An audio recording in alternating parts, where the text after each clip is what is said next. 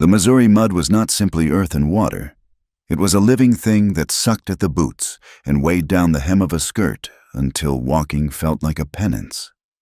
Lena Walsh stood on the porch of her father's farmhouse, scraping the heavy gray clay from her heel against the rotting bottom step.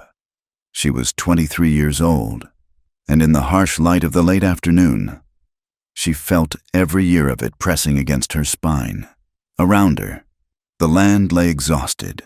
It was 1878, more than a decade since the war had finished tearing the country apart.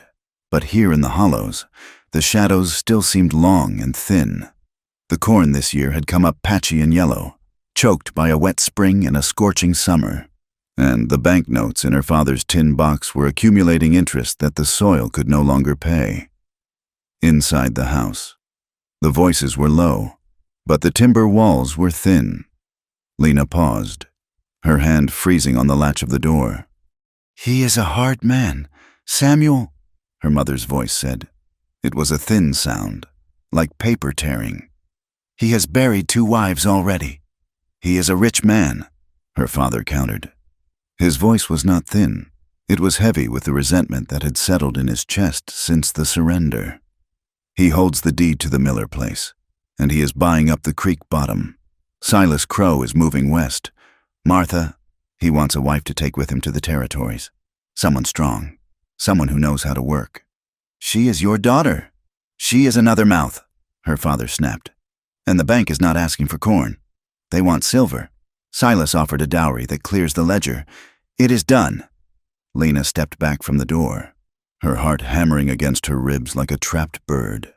She knew Silas Crow. Everyone in the county knew him.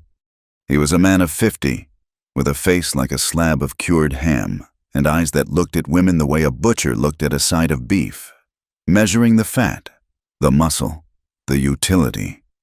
He did not want a companion. He wanted a broodmare and a housekeeper who would not complain when he struck her. She had seen him in town the week before, watching her as she loaded sacks of flour into the wagon. He had not smiled. He had simply nodded, as if marking a tree for felling. Lena turned away from the house and walked toward the barn, her breath hitching in her throat. She could not breathe inside that house anymore. The air tasted of defeat. She climbed into the hayloft, her sanctuary since childhood. It was dusty and smelled of dry grass and old leather, but it was hers. From beneath a loose floorboard, she pulled out her secret collection, a stack of tattered newspapers and pamphlets she had scavenged from the general store's trash barrel. The Laramie Sentinel, the Cheyenne Daily Leader. They spoke of a world that terrified and enthralled her. They told stories of the Wyoming Territory, of skies so big they could swallow a man whole, of cattle herds numbering in the thousands, of wind that never ceased. It sounded violent and wild, but it also sounded free. Her eyes fell on the advertisement she had circled in charcoal 3 weeks ago. It was in a month-old paper that had made its way down the Mississippi on a riverboat. Wanted, a wife of good character for a rancher in the Wyoming Territory. Must be willing to work and build a home. I offer a solid roof, no debts, and respect. Write to Caleb Cade, Bitter Creek Station. It was the word respect that had caught her throat. Not love, not beauty, not obedience. Respect. She pulled out the packet of letters she had received in return. She had written to him in secret, paying the postage with pennies she filched from the egg money. Caleb Cade wrote in a hand that was cramped and blocky, as if he was unaccustomed to holding a pen, but his words were gentle. He told her about the snow on the Medicine Bow Mountains, about the silence of the high plains, and about his hope for a family. He did not ask about her dowry. He asked if she liked to read. "I am not a handsome man," he had written in his last letter, "and the ranch is rough, but I promise you will never go hungry, and you will never be afraid in your own house." The sound of hoofbeats in the yard below snapped her back to the present. She peered through the cracks in the barn wall. A buggy, lacquered black and gleaming, had pulled up. Silas Crow was stepping down, adjusting his silk cravat. He walked with the heavy, confident stride of a man who owned the ground beneath his feet. Lena watched as her father came out to meet him, wiping his hands on his trousers, his posture submissive and eager. They spoke for a moment, and then Silas laughed. A sharp, barking sound. "She will learn," she heard Silas say, his voice carrying clearly in the stillness. "I know how to break a filly. You just get the papers ready. Samuel, once we are west of the river, she will have nowhere to run. A firm hand is all she needs." The blood drained from Lena's face. Break a filly. She looked down at her hands.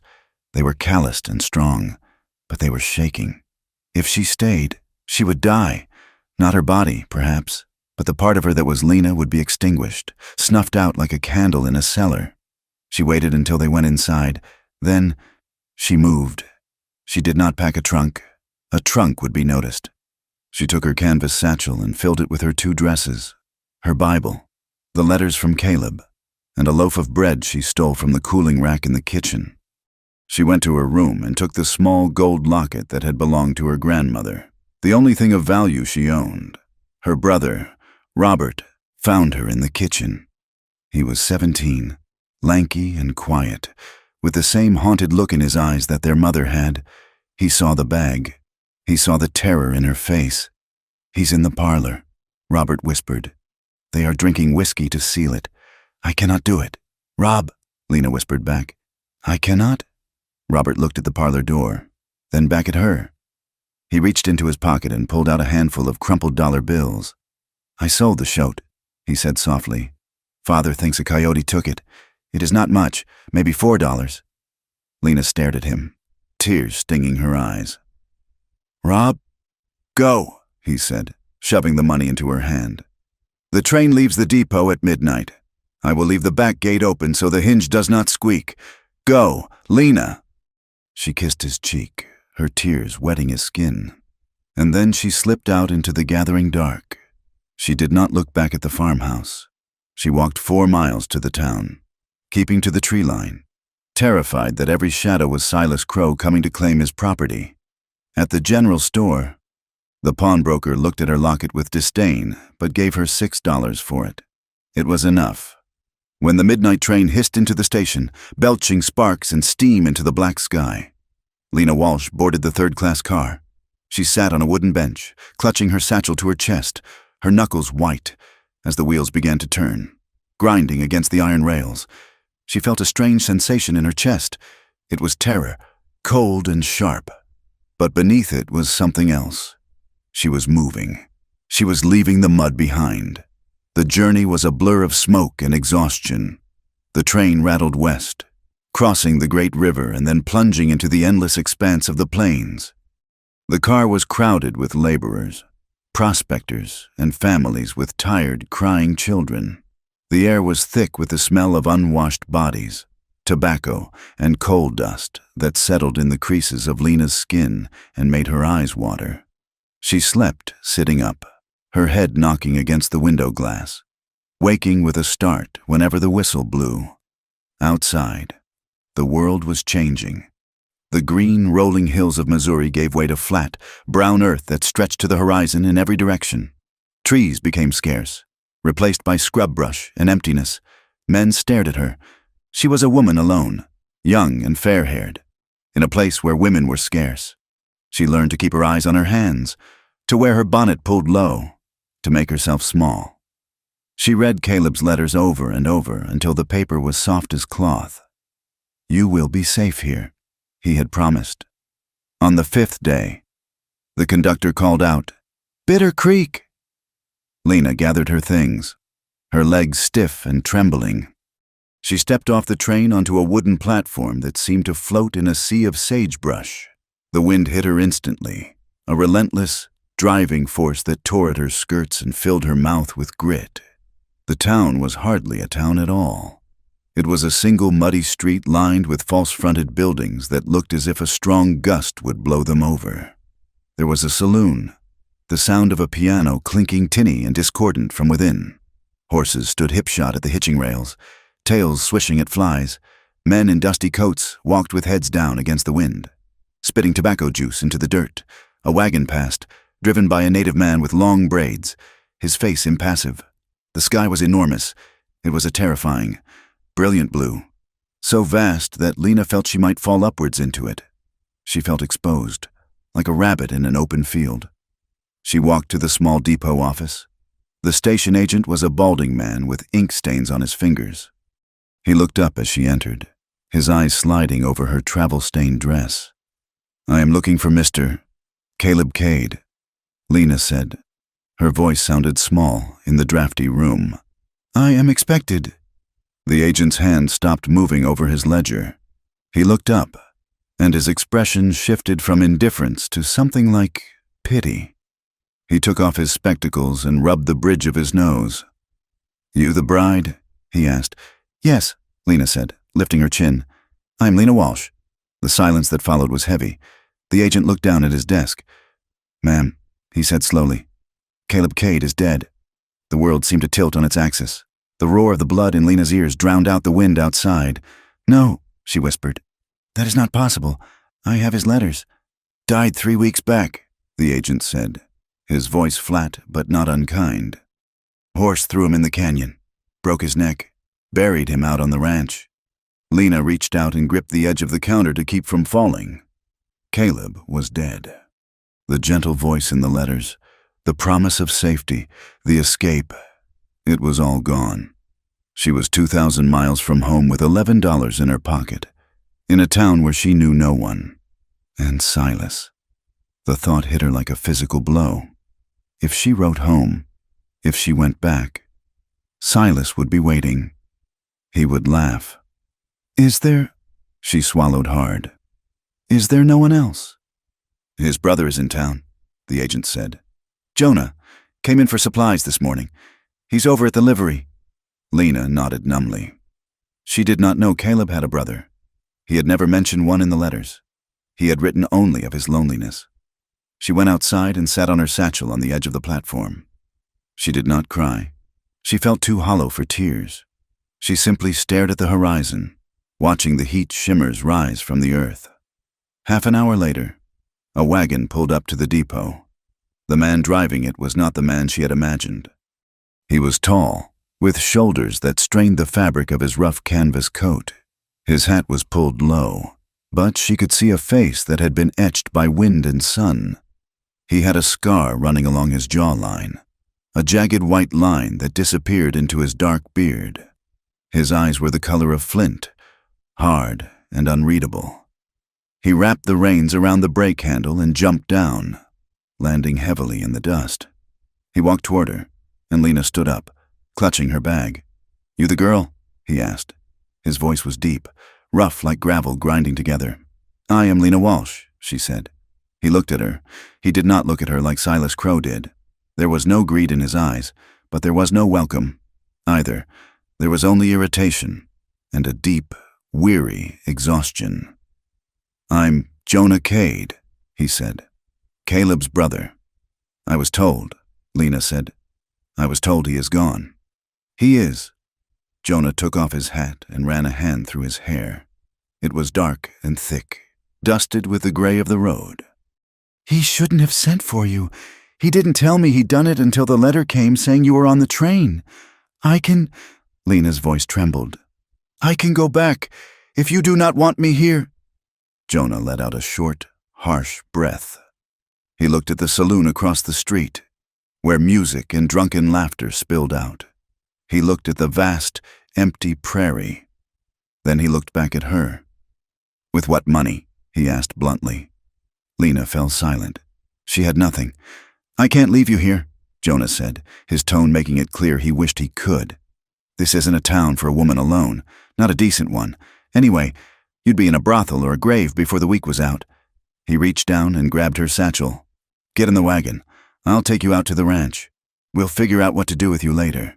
He did not offer his hand to help her up. Lena climbed onto the high seat of the buckboard wagon, her skirts tangling around her ankles. The wood was hard and splintered. Jonah climbed up beside her and snapped the reins. "Hiya!" The horses leaned into the harness, and the wagon lurched forward, leaving the town behind. The ride was a torture of silence. They moved away from the settlement and into the true emptiness of the territory. The sagebrush stretched out like a gray ocean, broken only by the occasional twist of a juniper tree. The wind was cold now, biting through Lena's thin shawl. She glanced at Jonah from the corner of her eye. He stared straight ahead. His jaw set so tight the muscle lipped in his cheek. He was angry. She could feel it radiating off him like heat from a stove. He was saddled with a dead brother's mistake, a mouth to feed in a land that offered no charity. "Did you know?" Lena asked quietly, her voice snatched away by the wind. "Did you know he was writing to me?" "No," Jonah said without looking at her. Caleb was a dreamer. He thought he could write a life into existence on a piece of paper. He didn't think about the winter. He didn't think about how hard it is to keep a woman alive out here. "I am not helpless," Lena said, a spark of defiance flaring in her chest. "I grew up on a farm. I know how to work." Jonah turned his head slowly and looked at her. His eyes swept over her pale face, her trembling hands, her thin dress. "This isn't Missouri." "Miss Walsh," he said softly, "the wind here will strip the paint off a barn. It doesn't care if you know how to work. It only cares if you can survive." They drove on as the sun began to dip toward the jagged silhouette of the mountains in the west. The sky turned a bruised purple, then a deep, bloody red. Coyotes began to yip in the distance, a lonely, manic sound that made Lena shiver. It was fully dark when they finally crested a rise and saw the ranch. It was a small cluster of buildings huddled in a valley, as if trying to hide from the sky. There was a main house made of weathered logs, a barn that sagged slightly to one side, and a maze of corrals. A single light burned in the window of the house. "Home," Jonah said grimly. He pulled the wagon up to the porch. The door opened before they had even stopped. A woman stood there, holding a kerosene lamp high. She was severe-looking, with gray streaked through her hair and a face pinched by grief. A small boy, perhaps 6 years old, hid behind her skirts. "You brought her," the woman said. It was not a question. "Didn't have a choice." "May," Jonah said, climbing down. He walked around, and this time, he did reach up to help Lena. His hands were large and calloused, his grip firm but impersonal. As he swung her down, for a fleeting second, she was close to him, close enough to smell the scent of pine resin, horse sweat, and tobacco smoke on his coat. She felt a strange, sudden jolt of safety. He was a hard man, yes, but he felt solid. He released her immediately and stepped back. "This is Lena," Jonah said to the woman. "Lena, this is May, Caleb's widow." Lena froze. "Widow? I don't understand," Lena stammered. "I thought Caleb was—" "Caleb was my husband," May said coldly, her eyes narrowing. "Before he got it into his head that he needed a second wife to help run this place. Mormon nonsense, or just plain foolishness. I don't know, but he's dead now, so I suppose you're here for nothing." Lena felt the blood drain from her face. Caleb had been married? The letters, the talk of loneliness, of needing a partner, it had all been a lie, or a half-truth twisted by a desperate man. She looked at Jonah. He was unhitching the horses, his back to her. He had known the humiliation she was walking into. "I didn't come to take anything," Lena whispered, her voice shaking. "There's nothing to take," May snapped. She stepped back and held the door open, though the gesture held no hospitality. "Come in." "You can't sleep in the dirt." The inside of the house was warm, but it felt suffocating. The air was thick with tension and the smell of stew that had been sitting too long. Lena sat at the rough wooden table, eating in silence while May watched her with eyes like flint. The boy, Tommy, stared at her as if she were a ghost. Jonah came in later, stomping the snow off his boots. He ate standing up, leaning against the counter. He did not look at Lena. "She can take the cot in the pantry," Jonah said to May. "Just for tonight. We'll figure it out tomorrow." "Figure what out?" May asked sharply. "We can't afford a train ticket back east." "Jonah, we can barely afford flour." "I said we'll figure it out," Jonah said, his voice dropping to a low, dangerous rumble. May fell silent. That night, Lena lay on a narrow cot in a storage room that smelled of onions and dried sage. The wind rattled the window frame, a constant, mournful thrumming that seemed to vibrate in her very bones. She could hear the house settling, the groans of the timber against the cold. She was safe from Silas Crow. She was thousands of miles away, but she was in a house with a man who resented her, a woman who hated her, and the ghost of a man who had lied to her. She pulled the thin woolen blanket up to her chin and stared into the darkness. She had burned her bridges. There was no going back. She was alone in the vast, indifferent West, and for the first time in her life, she did not know if she had the strength to survive the morning. The Wyoming dawn did not break gently. It arrived like a hammer against the dark, cracking the horizon into jagged shards of purple and cold, hard gray. At 4 a.m, the temperature inside the Cade ranch house hovered just above freezing. Lena Walsh woke not to the rooster's crow, but to the sound of her own breath rattling in the air, visible in the dim light as a white plume of steam. She pushed back the heavy quilts, her fingers stiff and aching. The cold here was different from Missouri. It was a dry, predatory thing that sought out every gap in the chinking of the log walls and settled deep in the marrow of the bone. Lena swung her legs over the side of the cot, her bare feet hitting the rough plank floor. She did not shudder. She had learned in the last 10 days that shuddering wasted energy. In the kitchen, the iron stove was cold. It was her job now to light it. May had made that clear without saying a word, simply by leaving the wood box full and the ash pan empty the night before. Lena knelt on the floor, arranging the kindling with cracked, bleeding hands. The lye soap and the dry air had turned her skin to parchment. By the time the coffee was boiling, thick and black as tar, Jonah was coming in from the barn. He brought the smell of the outside with him, sagebrush, manure, and the sharp, metallic scent of snow that was gathering in the high peaks. "Coffee," he said. It was not a request, nor a greeting. It was an acknowledgement that she was standing there. Lena poured a tin cup and set it on the table. Jonah drank it standing up, his eyes scanning the list of chores he kept in his head. He looked at her, but he did not really see her. To him, she was a mouth to feed, a problem to be solved, a ghost of his brother's foolishness. "The fence line is down in the north pasture," Jonah said, his voice rough with morning silence. "Elk moved through in the night. I will be gone until sundown." "I will see to the milking," Lena said, "and the mucking out." Jonah paused, the cup halfway to his mouth. He looked at her hands, raw and red against the dark wood of the table. A flicker of something, annoyance, perhaps, or guilt, crossed his face, but he smoothed it away instantly. "Don't let the Jersey cow kick you," he said. "She has a mean streak on the left side." "I know," Lena replied. "She got me yesterday."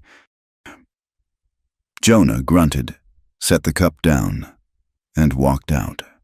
He did not ask if she was hurt. He treated her with a terrified distance, as if getting too close might make her real, and making her real would make him responsible for her happiness. He had seen enough things die to know that caring was a liability. May entered the kitchen a moment later, leading little Tommy by the hand. May looked at the coffee pot, then at the bread Lena had sliced. "You cut the slices too thick," May said, sitting down. "Flour costs $4 a barrel in town.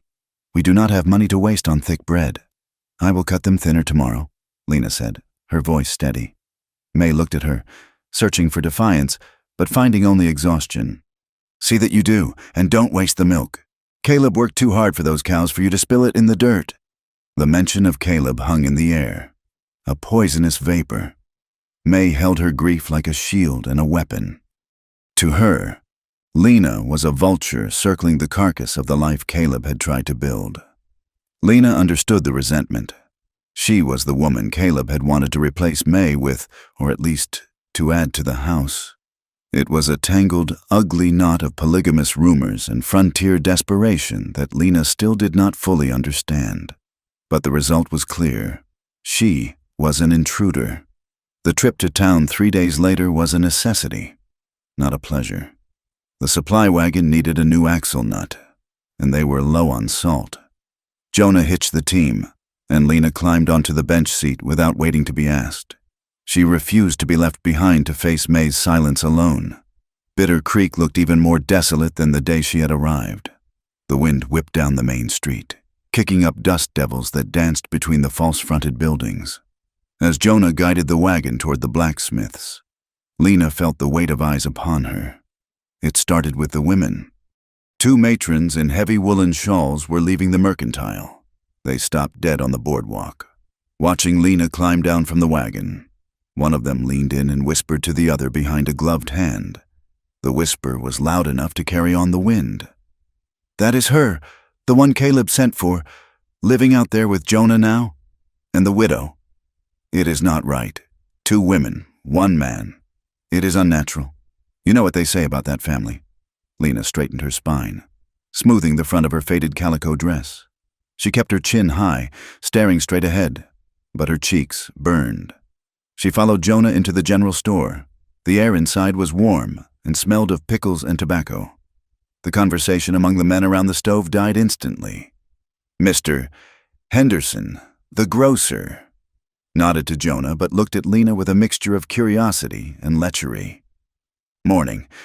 Jonah, is this the help?" "This is Miss Walsh," Jonah said. His voice was low, devoid of warmth, but it carried a warning. "She is staying with May and me. We need 50 pounds of flour and a bag of coffee." "Staying, huh?" A man by the stove chuckled. He was a ranch hand from the Double R, a sprawling outfit south of town. Must be cozy out there in the winter. "Jonah, 1 man to keep 2 ladies warm." The silence that followed was sharp as a knife edge. Lena froze, her hand tightening on the counter. Jonah turned slowly. He did not reach for the pistol on his hip. He simply looked at the man. Jonah Cade was not a giant, but he carried a stillness that was more terrifying than size. It was the stillness of a man who had walked through the cannon smoke at Shiloh and come out the other side without a soul to lose. "You have something to say, Bill?" Jonah asked softly. The ranch hand shifted, his grin faltering. "Just making conversation, Cade." "Take it elsewhere," Jonah said. He turned back to the counter, paid for the goods with worn silver dollars, and picked up the sack of flour himself. Outside, as they loaded the wagon, Lena spoke. "I do not need you to fight for me." Jonah threw the flour into the bed of the wagon with more force than necessary. "I wasn't fighting for you," he said, climbing up to the seat. "I was fighting for the quiet. I don't like noise." But as they drove out of town, past the saloons where the piano music jangled and the women in bright, stained dresses watched from the balconies, Lena saw his jaw working. He hated the talk. He hated that his brother's death had become a town spectacle, and he hated that she was the center of it. November brought a sky the color of iron and a wind that stripped the last leaves from the cottonwoods down by the creek. The work did not stop. It merely became harder. Lena insisted on earning her keep. She refused to be the guest who sat by the fire while others bled. When Jonah rode out to brand the late calves, she saddled the mare they had begrudgingly allowed her to ride, a temperamental roan named Bess, and followed him. The branding fire was a smoky, acrid pit in the center of the corral. The smell of burning hair and scorched hide filled the air. Jonah was wrestling a calf, his boots digging into the muck, sweat streaking his face despite the cold. "Grab the hind legs," he shouted, not looking to see if she was ready. Lena threw herself into the mud. She grabbed the kicking legs of the calf, her muscles screaming as she held on. The animal was strong, terrified, and smelled of milk and fear. She gritted her teeth, leaning her weight back, holding the line taut while Jonah applied the iron. The calf bawled, a high, thin sound. Then it was over. Jonah released the animal, and it scrambled up, knocking Lena backward into the slush. She landed hard, the breath driven from her lungs. Mud coated the back of her dress and was smeared across her cheek. She lay there for a second, staring up at the gray sky. Jonah stood over her. He did not offer a hand. He waited. Lena rolled over and pushed herself up. She wiped the mud from her eyes and spat dirt onto the ground. She did not cry. She did not complain. She walked back to the fire and picked up the next rope. "Ready," she said. Jonah stared at her for a long moment. He looked at the mud on her face, the way her hands were shaking, but her grip was firm. For the first time, the flinty hardness in his eyes cracked. Just a fraction. He gave a short, sharp nod. "Next one," he said. Later that week, she was mending the fence along the ridge when Bess spooked at a rattlesnake sunning itself on a rock. The mare reared, twisting violently. Lena, who had only ridden plow horses in Missouri, was thrown clear. She hit the ground with a thud that rattled her teeth, her shoulders slamming into the hard-packed earth. The mare galloped off 100 yards and stopped, watching her. Pain radiated down Lena's arm. She sat up, gasping. Jonah, riding 100 feet ahead, turned his horse. He watched her. He did not ride back to help her up. He sat in his saddle, hand resting on his thigh, waiting to see what she would do. He thinks I will break, Lena thought, fury rising in her chest to mask the pain. He thinks I am soft porcelain like the girls in the magazines. She forced herself to stand. Her knees wobbled. She walked toward the mare, murmuring low and steady, ignoring the throbbing in her shoulder. She caught the reins, led the horse to a boulder, and climbed back into the saddle. She rode up to Jonah. Her face was pale, her lips pressed into a thin line. "The wire is loose on the next post," she said. Jonah looked at her shoulder, which she was holding slightly lower than the other.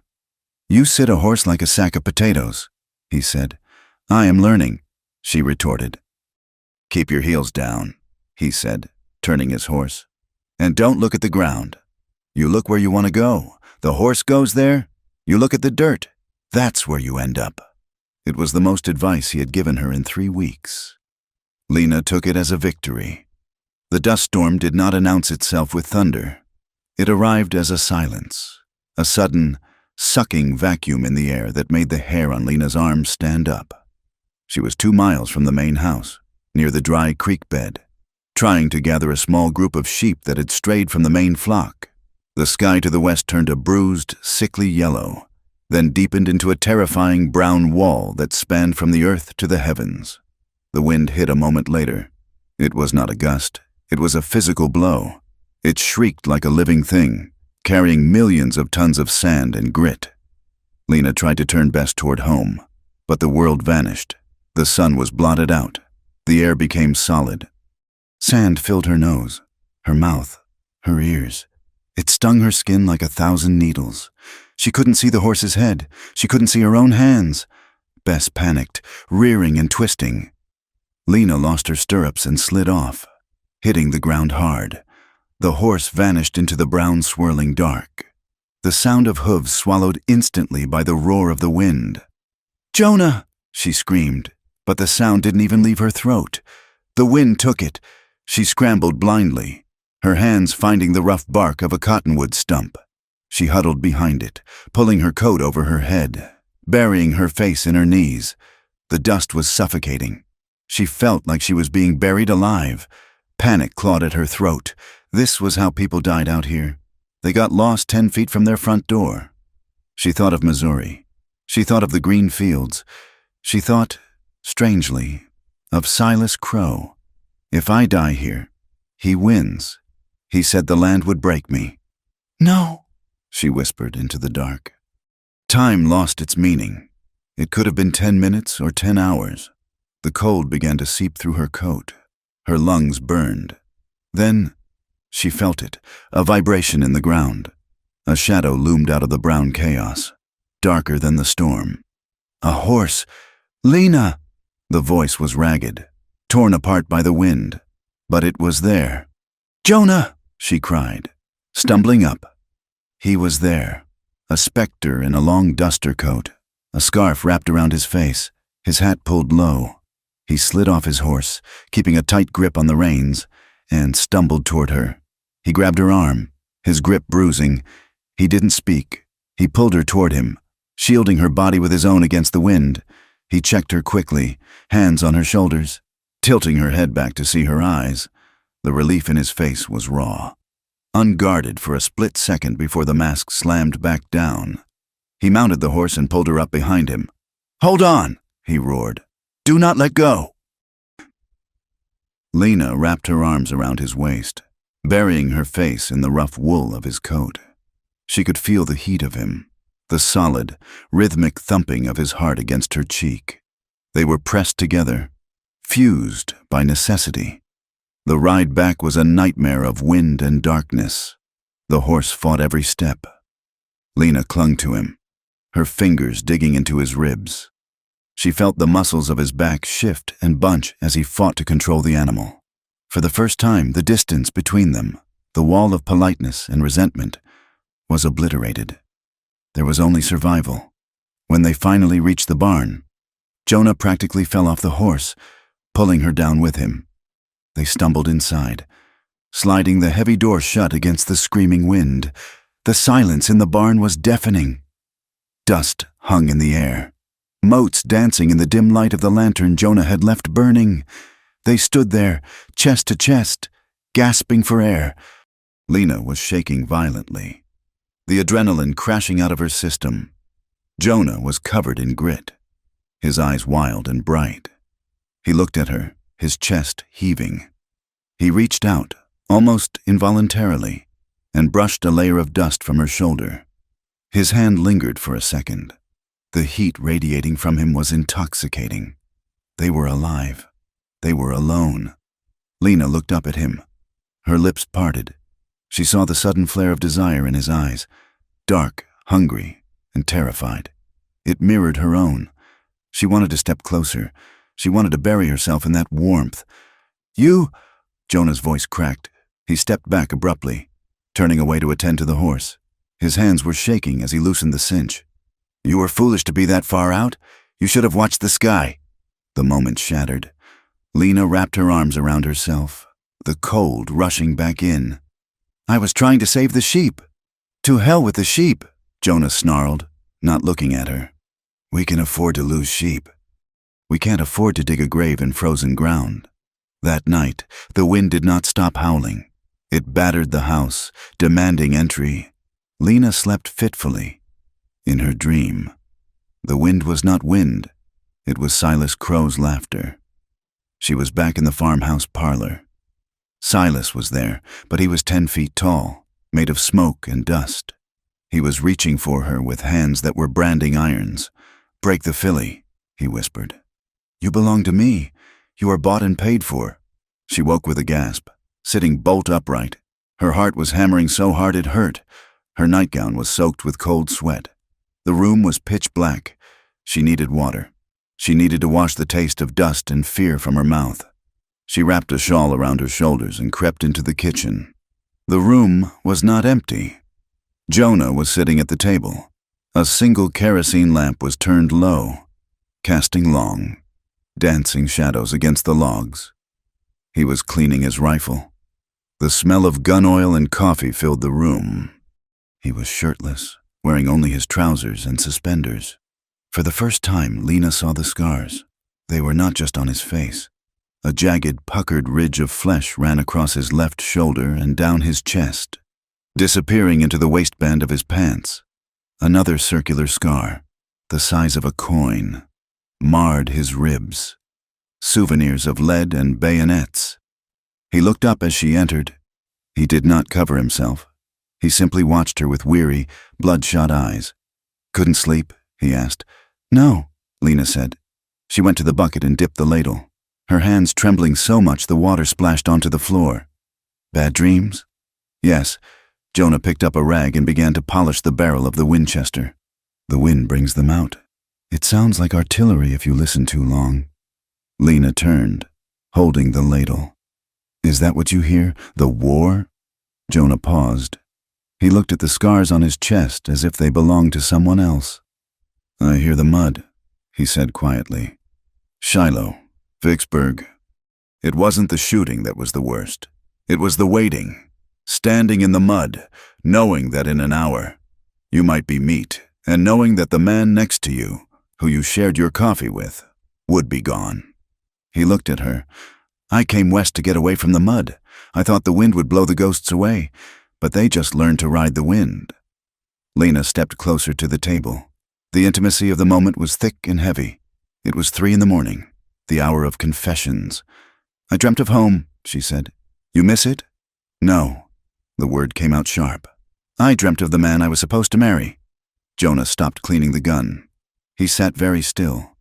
Caleb never said you were engaged. I was not engaged. I was sold. Lena's voice shook, but she forced the words out. She needed him to know. His name is Silas Crow. He is rich. He buys land, and he buys people. My father owed the bank.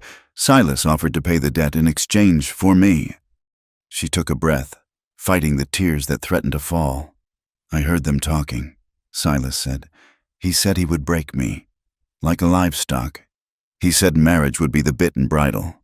She looked at Jonah, her eyes wide and wet in the lamplight. That is why I answered Caleb's letter.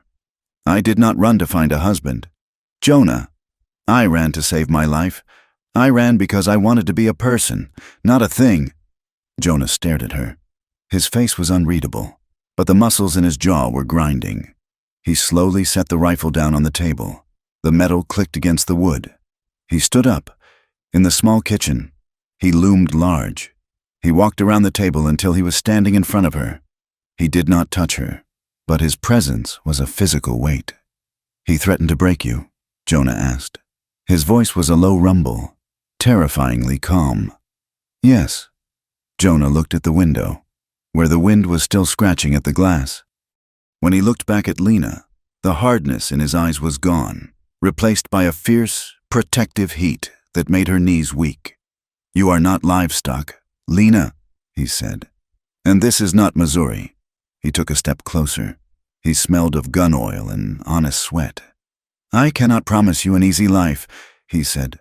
I cannot promise that the corn will grow or that the cattle won't die. But I promise you this, no one lays a hand on you here without your say-so.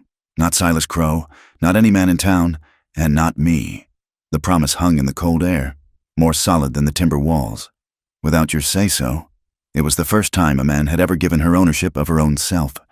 Thank you, she whispered. Jonah looked at her mouth, then at her eyes. He stepped back, picking up his shirt from the back of the chair. Go to bed, Lena. Morning comes early. In the hallway, hidden by the shadows, May stood with her hand pressed to her mouth. She had come to investigate the voices. She had heard Lena's confession. She had heard the tremor in the girl's voice, not the calculation of a gold digger, but the terror of a hunted animal. And she had heard Jonah, her brother-in-law, who cared for nothing but the land, promise protection. May turned and went back to her room silently. Her heart was still hard, but for the first time, the crack in it was not from grief. It was from recognition. Weeks passed, and the rhythm of the ranch changed. It was subtle, like the shifting of the light as winter approached. The tension between Lena and Jonah did not vanish, but it transformed. It was no longer the tension of strangers sharing a space. It was the tension of two magnets held apart by force. They worked side by side. When they repaired the corral fence, Jonah would hold the post while Lena hammered the nails. Their hands would brush, leather glove against bare skin, and they would both pull away a fraction of a second too late. At dinner, the silence was less suffocating. Jonah began to ask her about the farm in Missouri, about the crops, the soil. He listened when she spoke. He stopped treating her like a burden and started treating her like a hand. And May changed too. It was small things. She stopped giving Lena the smallest portion of stew. One evening, she showed Lena how to darn a sock so the heel wouldn't blister. You pull the yarn too tight, May said gruffly, taking the needle from Lena's hand. Like this. Give it room to breathe. Thank you, May, Lena said. Don't thank me, May muttered. I just don't want you laming yourself and slowing down the work. But later, Lena saw May watching her play cat's cradle with Tommy by the fire. May didn't smile, but she didn't scowl. As November bled into December, the land turned harsh. The first heavy snow fell on the peaks, turning them into jagged white teeth against the blue sky. The wind grew sharper, cutting through coats and gloves. The cattle grew restless, sensing the deep freeze to come. Lena stood on the porch one evening, watching the sunset. The world was vast, cold, and dangerous. She knew that Silas was out there somewhere, Perhaps moving west, perhaps searching. She knew the banknote on the ranch was coming due in the spring. Jonah came out and stood beside her. He didn't speak. He lit a cigarette, the smoke curling up into the freezing air. They stood shoulder to shoulder, not touching, but close enough to feel the warmth of the other. "Snow is coming," Jonah said, looking at the heavy gray clouds gathering in the north. "I know," Lena said. "It will be a hard winter. We will manage," she said. Jonah looked down at her. His eyes were dark, searching. "We?" Lena met his gaze. She did not look away. "Yes, we."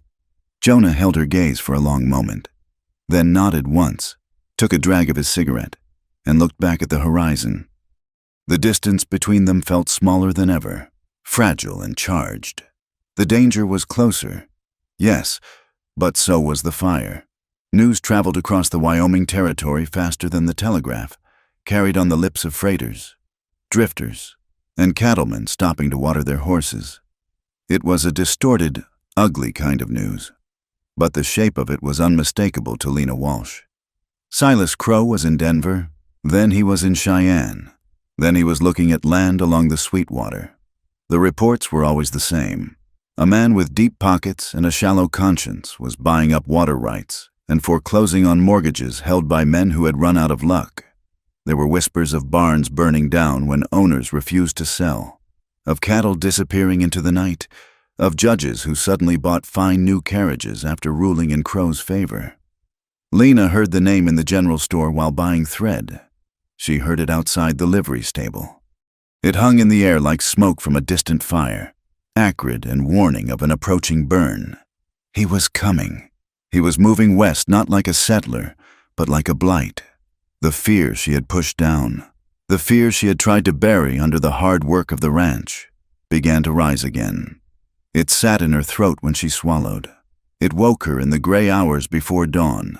But the danger from the east was not the only thing tightening around the Cade Ranch. The town of Bitter Creek, small and isolated as it was, had decided that the arrangement at the Cade place was an affront to God and decency. It began with the glances, then the whispers, then the direct confrontations. On a Tuesday in early December, Mrs. Gable, the banker's wife, stopped Lena on the boardwalk.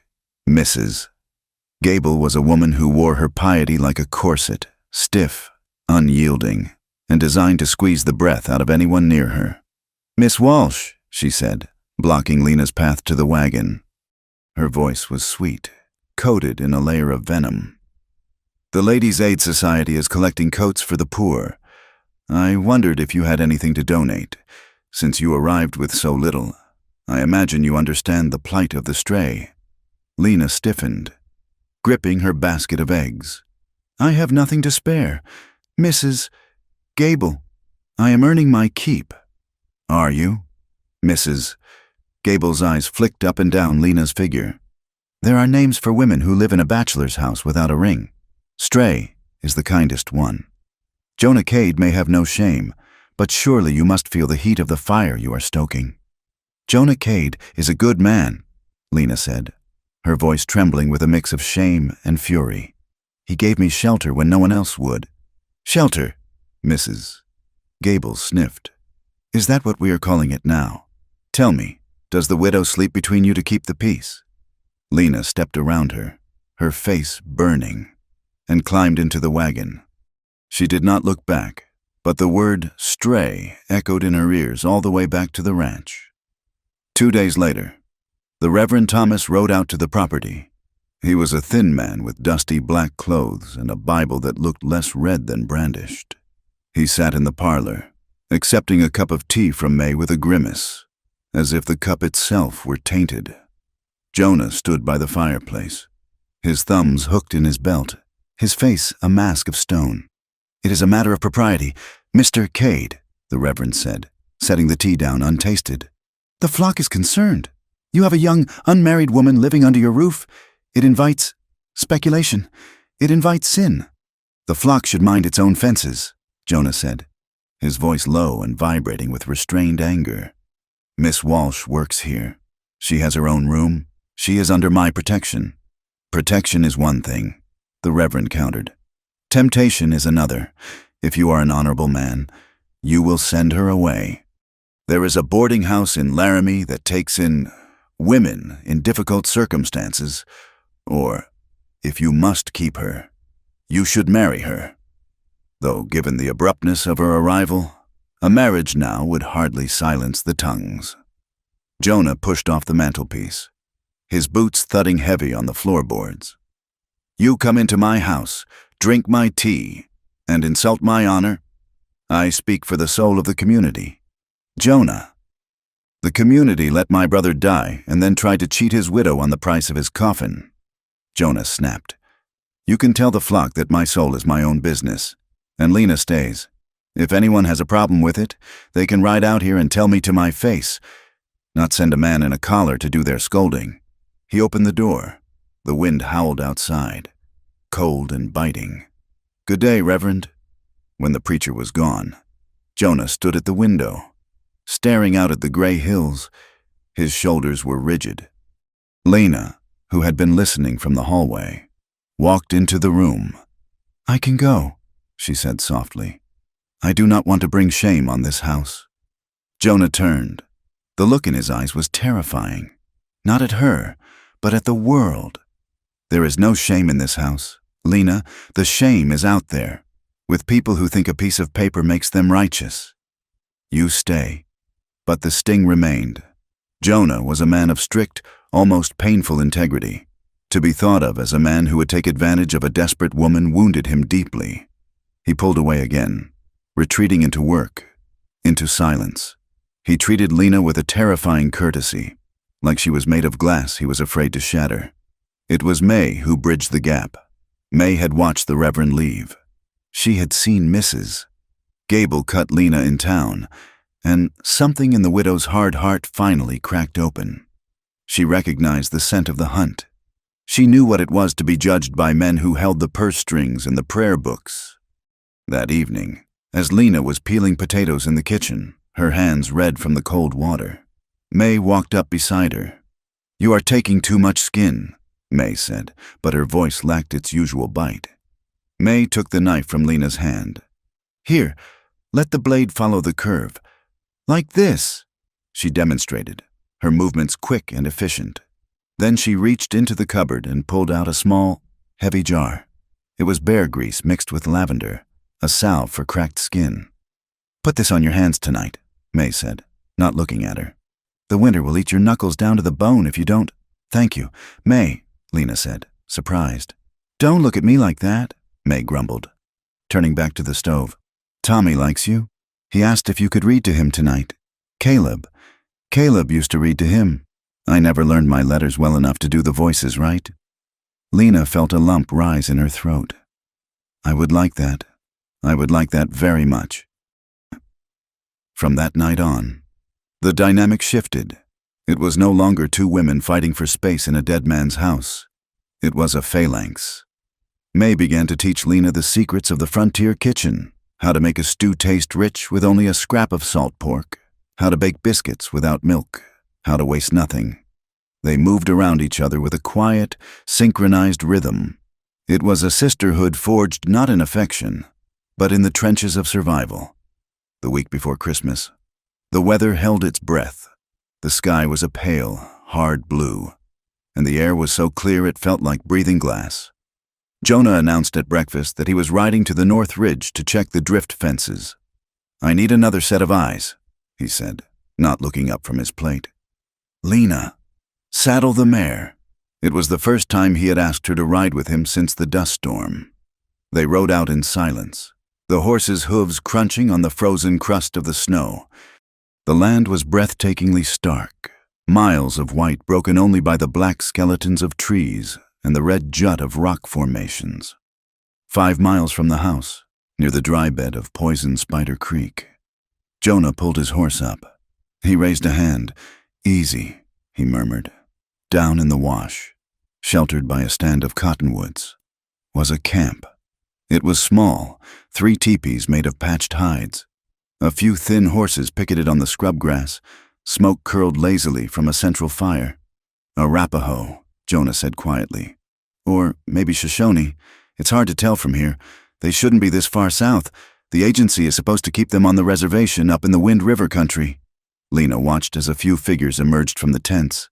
An old woman, bent nearly double. A man with a limp. 3 children, wrapped in blankets that looked too thin for the weather, watching the riders on the ridge with dark, solemn eyes. "They look hungry," Lena whispered. "They are always hungry," Jonah said. His voice was not cruel. It was flat with the reality of it. The government promised them rations in exchange for the land. The agents steal the rations and sell them to the miners. The tribes starve. Jonah sat there for a long moment, watching the camp. The wind tugged at his coat. He looked at the rifle in his scabbard, then at the saddlebags behind him. "Stay here," he said. He rode down the slope, his hands visible on the reins, showing he held no weapon. Lena watched, her heart hammering. She had heard the stories in town, stories of raids and scalpings, of savagery. But as Jonah approached, the people in the camp did not reach for weapons. They stood with a weary, crushing dignity. Jonah stopped his horse. He unbuckled his saddlebags. He pulled out a sack of coffee and a heavy bag of cornmeal, supplies meant for their own ride. He handed them to the man with the limp.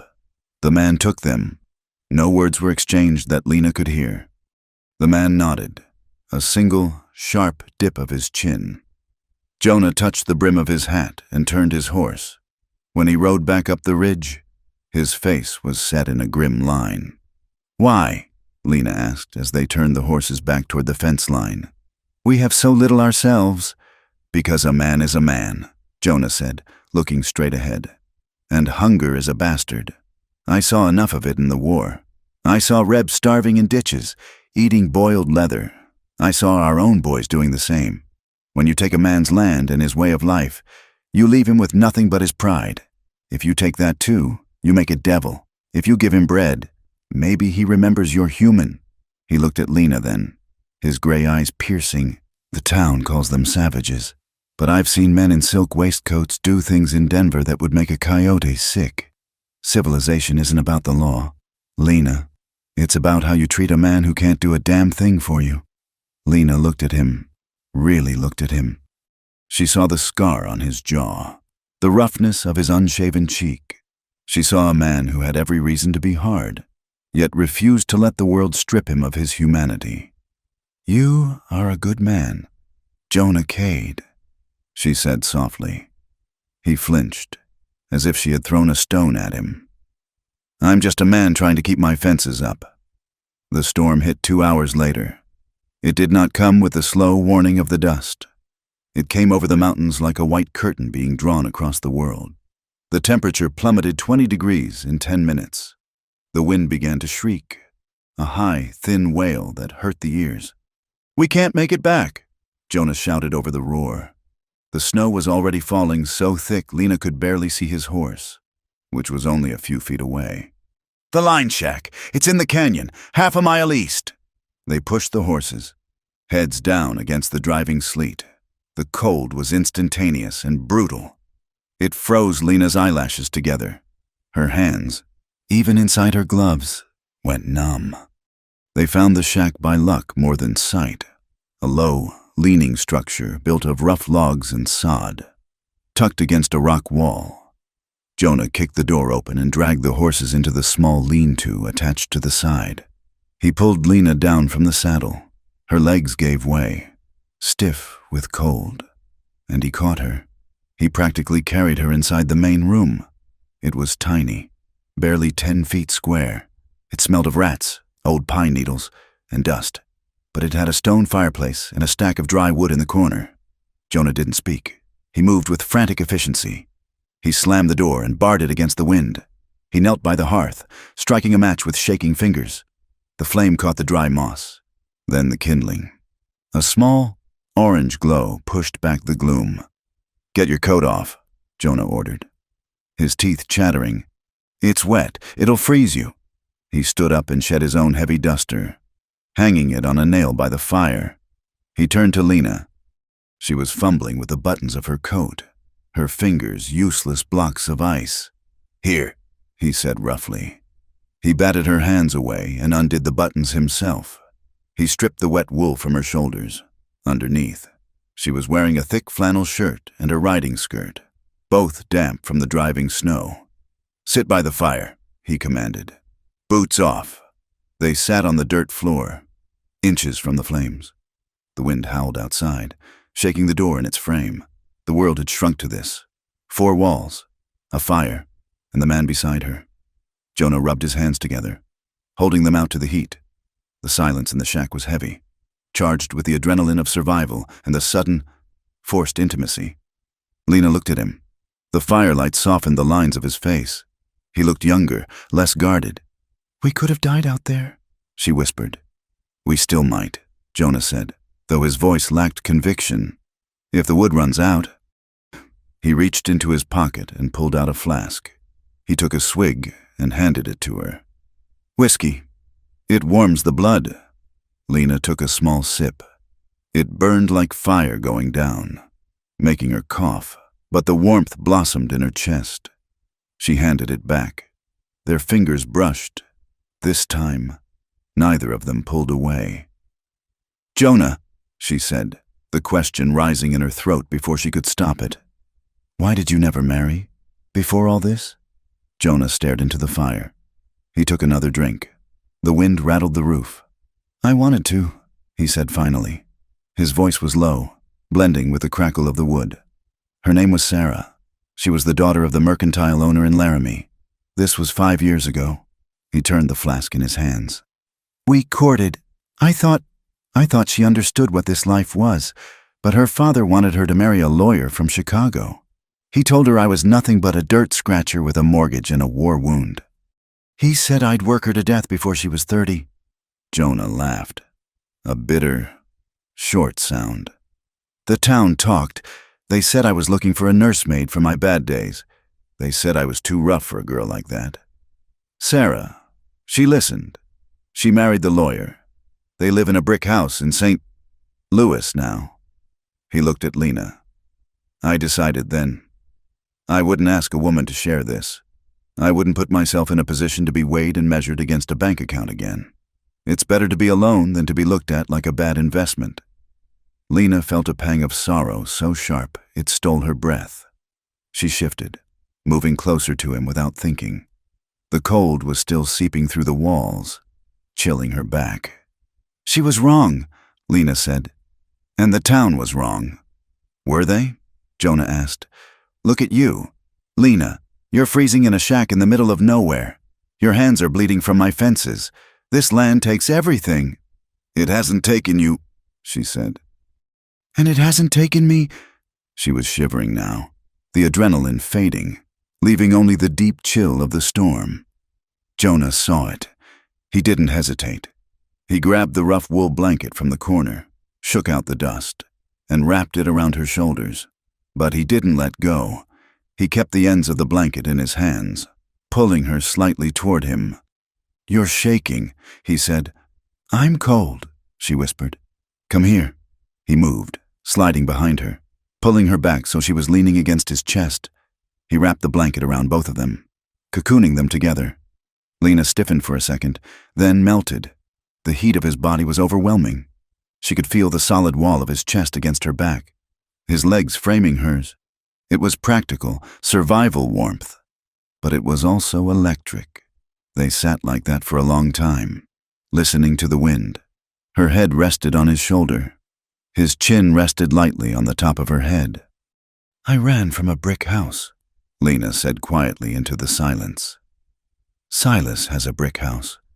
I would rather be in this shack with you than in a palace with him."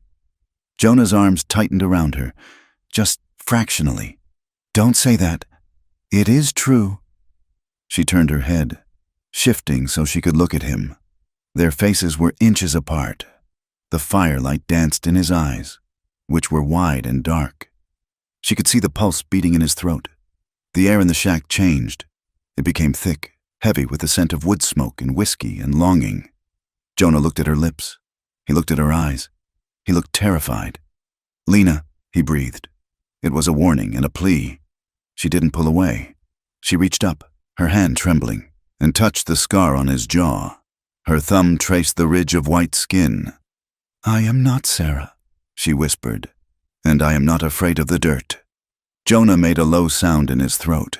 He leaned in, slowly, giving her 1,000 chances to run. She didn't. She tilted her chin up. His lips met hers. It wasn't like the stories in her books. It wasn't sweeping or graceful. It was hesitant, rough, and tasting of smoke. His beard scratched her skin. His lips were chapped, but the feeling that surged through her was pure, hot light.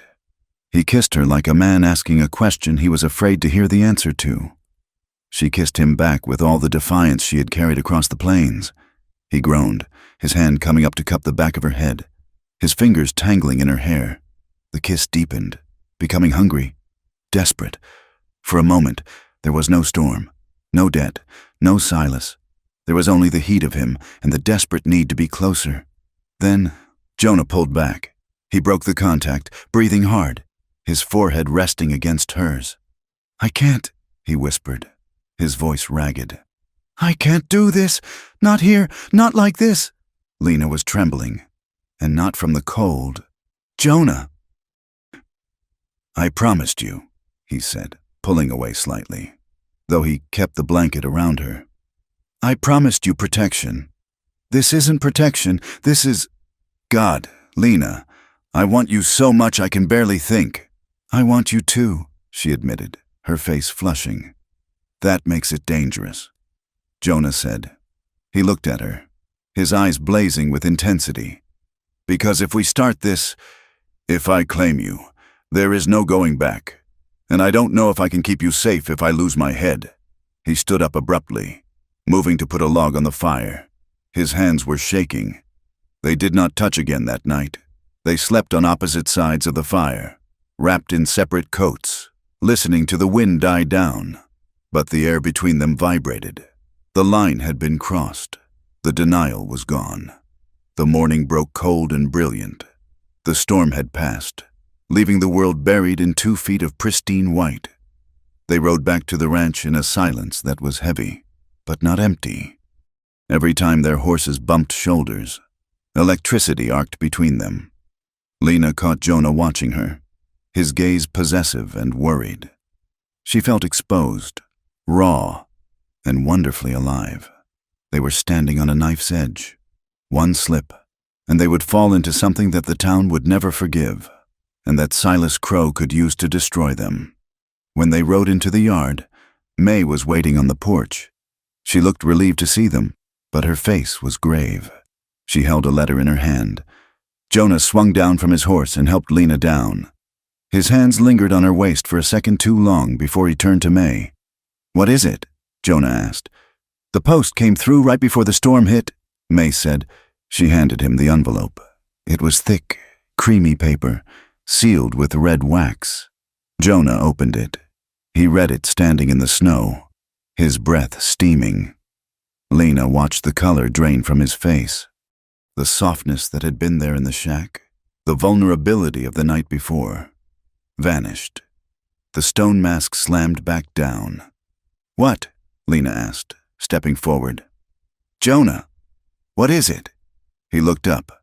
His eyes were cold, not at her, but at the reality closing in on them. "The bank in Laramie sold the note," Jonah said, his voice flat. "They sold the mortgage on this ranch." "To who?" May asked, though Lena already knew. She felt the name like a sickness in her gut. Jonah crumbled the letter in his fist. "Silas Crow," he said. "He owns the debt. He owns the paper on the land, and he's calling it in." Lena looked out at the white, frozen expanse of the ranch. The sanctuary was gone. The invisible noose had just been pulled tight. January settled over the Laramie Plains like a heavy, suffocating shroud. The snow did not merely fall. It accumulated layer upon layer of white iron that buried the fence posts and drifted against the north wall of the ranch house until it blocked the light from the windows. The temperature dropped so low that the moisture in the air froze instantly, hanging in a glittering, diamond dust haze that burned the lungs with every breath. Inside the Cade Ranch, the world had shrunk to the radius of the wood stove. Water froze in the buckets a few feet from the hearth. The mornings were a brutal ritual of breaking ice in the troughs. hauling hay through drifts that reached the thigh, and checking the livestock for frostbite. The cattle huddled together in the lee of the ridge, their coats matted with ice, steam rising from their backs in the gray light. The isolation was absolute. The road to town was impassable for days at a time. The silence of the winter weighed on the house, pressing down on the nerves of everyone inside. Tempers, already frayed by the relentless work, grew brittle. May snapped at Tommy for spilling milk. Jonah retreated into a stony silence, his eyes constantly scanning the horizon for threats that the snow could not hide. Lena moved through the house like a ghost, trying to make herself invisible, yet feeling the heavy, magnetic pull of Jonah's presence in every room. It was mid-January when the rider appeared, a solitary figure on a struggling horse, wrapped in buffalo robes, fighting his way up the track. He was a courier from the bank in Laramie, his face chapped raw by the wind. He did not stay for coffee. He handed Jonah a thick envelope, tipped his hat without a word, and turned his horse back toward town, eager to outrun the dusk. Jonah opened the letter at the kitchen table. The paper crackled in the silence. May was mending a shirt by the lamp. Lena was scouring a pot. They both stopped, watching his face. Jonah read the letter once, then he read it again. His face, usually unreadable, went pale beneath his weather-beaten tan. The scar on his jaw stood out in stark white relief. "What is it?" May asked, her voice sharp with fear. "Is it the taxes?" Jonah laid the paper down. His hand was trembling, just slightly. "It is a notice of assignment," he said. His voice was flat, devoid of emotion, which was more terrifying than shouting. "The bank has sold our mortgage note. They sold the debt on the land, the cattle, and the improvements." "Sold it to who?" May demanded. "The railroad?" Jonah looked at Lena. His eyes were dark holes in the lamplight. "To Silas Crow." The name hit Lena like a physical blow. The pot slipped from her soapy hands and clattered onto the floor, the sound exploding in the quiet room. "He intends to visit," Jonah continued, reading from the bottom of the page. "Personally, to discuss terms of repayment or foreclosure." The blood drained from Lena's face, leaving her feeling cold and hollow. "He found me," she whispered. "He bought the debt to get to me." Jonah slammed his hand down on the table. "He bought the debt because he wants the water rights to the creek. He wants the valley. You are just the excuse he uses to make it personal." But they all knew it was more than that. The ranch was not just dirt and grass. It was Caleb's memory. It was the only future May and Tommy had. It was the life Jonah had scraped together from nothing after the war. And now, because of a signature on a piece of paper, a man from Missouri held it all in his fist. "I have to tell you," Lena said, her voice shaking. "I have to tell you everything." "I know enough," Jonah snapped. "I know he is a vulture." "No," Lena insisted. She took a step toward the table. "You know he wanted to marry me. You do not know that he is the one I was promised to. The specific man, the one my father shook hands with." Jonah froze. He looked at her. Really looked at her. "You said a land baron?" You never said it was Crow." "I was afraid," Lena confessed. "I was afraid if you knew how powerful he was, you would send me back. I was afraid you would think I wasn't worth the trouble." "Worth the trouble?" Jonah laughed, a harsh, barking sound. "Woman, he has the deed to my house in his pocket. He has the power to put May and the boy in the snow. This isn't about trouble. This is about ruin." He stood up and walked to the window, staring out at the blackness. "He followed you. He tracked you across 3 territories, bought up the paper on the one place you landed, and now he is coming to collect. That isn't business. That is a hunt." Jonah turned back to them. His fury was a palpable heat in the room. "If we miss one payment, if we are late by 1 day, he takes it all. He takes the land, and he will offer to forgive the debt if I hand you over." "I will not go," Lena said. "I will die first, and I will not trade you." Jonah snarled. "Not for this ranch." "Not for all the gold in California, but God help me. Lena, you have brought a storm to this door." The days that followed were a torture of waiting. Every shadow on the horizon looked like a rider. Every creak of the barn sounded like a boot step. One evening, 3 days after the letter arrived, the tension finally snapped. It had been a brutal day. The water pump had frozen solid, requiring them to haul buckets from the creek, breaking the ice with an axe. A heifer had gotten stuck in a drift, and it had taken Jonah and Lena 2 hours of back-breaking digging to free her. They were exhausted, frozen to the bone, and hungry. They were in the barn, finishing the evening feed. The lantern cast long, swinging shadows against the stalls. The air smelled of sweet hay and warm animal bodies, a stark contrast to the biting cold outside. Jonah was forking hay into the manger, his movements jerky and violent. Lena was carrying a bucket of grain. She stumbled on a root in the dirt floor, spilling half the oats. "Watch your feet!" Jonah shouted, spinning around. "Grain costs money we don't have." "It was an accident!" Lena shouted back, the frustration boiling over. "I'm tired. Jonah, I am trying." "Trying isn't enough." Jonah threw the pitchfork down. It clanged against the wood. "Silas Crow doesn't care if you are trying. He cares about the ledger, and right now, you are the biggest debt on it." "Then let me go!" Lena screamed. She dropped the bucket. "If I am such a burden, give me a horse and I will ride out. I will let him find me on the road and you can keep your precious land." Jonah crossed the distance between them in 2 long strides. He grabbed her shoulders, his grip hard, shaking her. "Do not say that," he hissed. "Do not ever say that. You think I care about the dirt? You think I would let you ride out into the winter to be broken by that man? You act like you hate me." "Oh," Lena cried, tears hot and angry in her eyes. "You look at me like I am a curse." "I look at you like you are the only thing in this world I am terrified of losing," Jonah roared back. The silence that followed was sudden and absolute. The horses stopped chewing.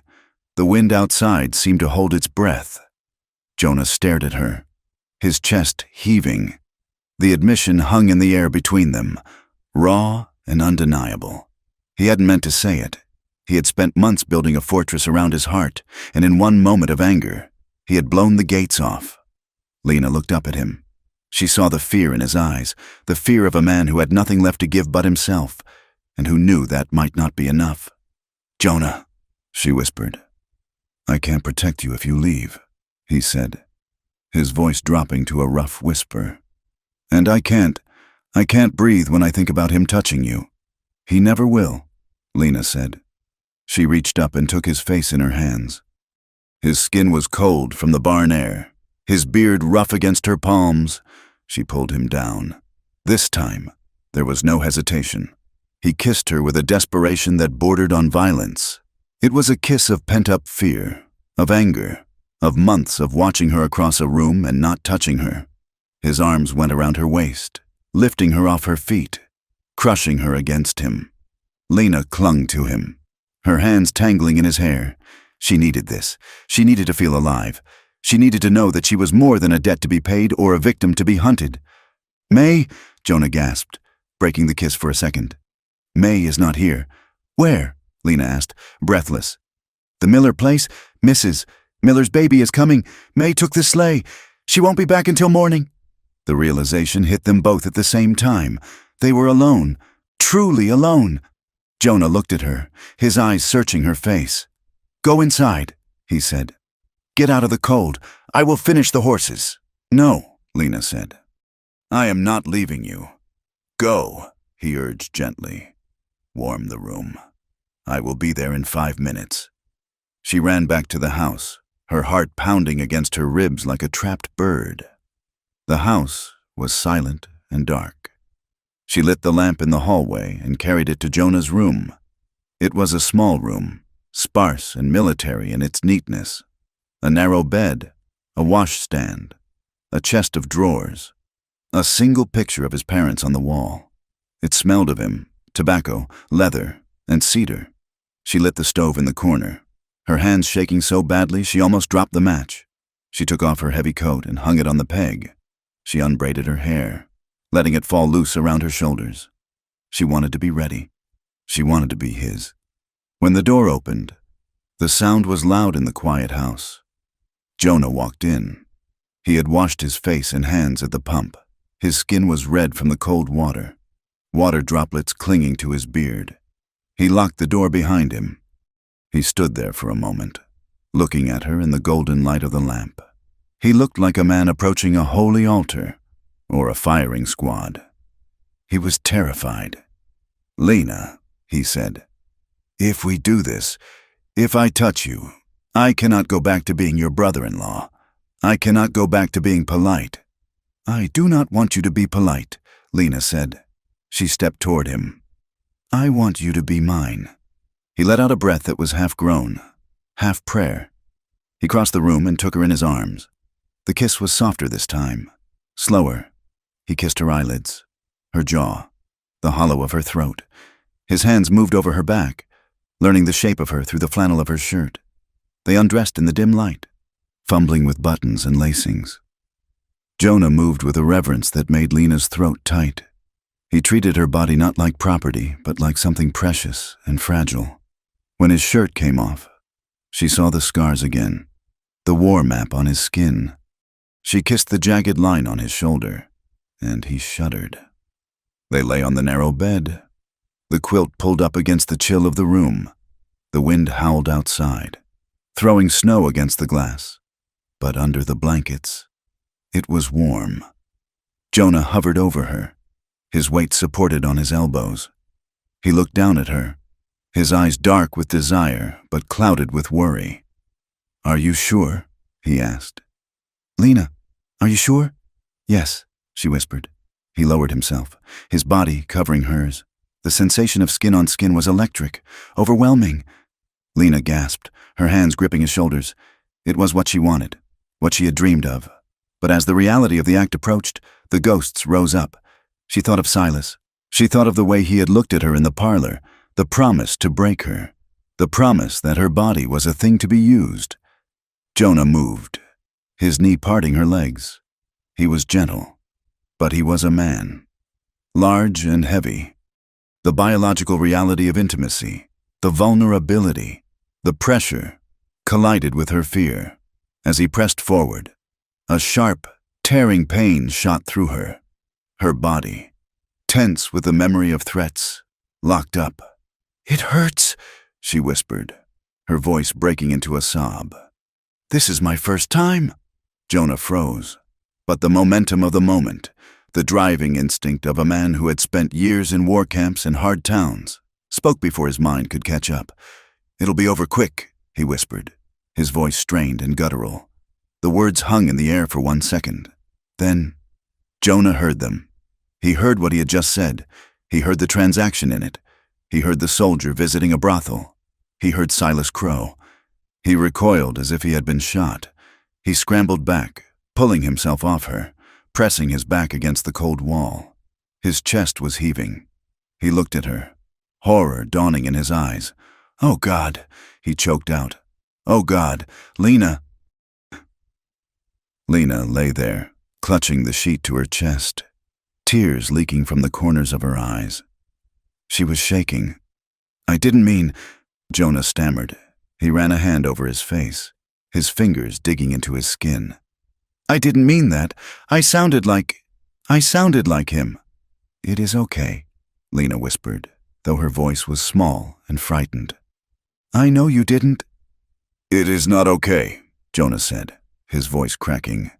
I promised no one would hurt you. And the first thing I say to you, the first thing I do." He looked sick. He looked at his own hands as if they were covered in blood. "We stop," he said firmly. He grabbed the quilt and pulled it up to cover her completely, tucking it around her shoulders with trembling hands. "We stop right now." "Jonah, do you not want me?" Lena asked, her insecurity rising. "Want you?" Jonah laughed, a desolate, broken sound. "I am burning alive for you, but I will not be another man who ignores your pain to get what he wants. I will not be Silas Crow."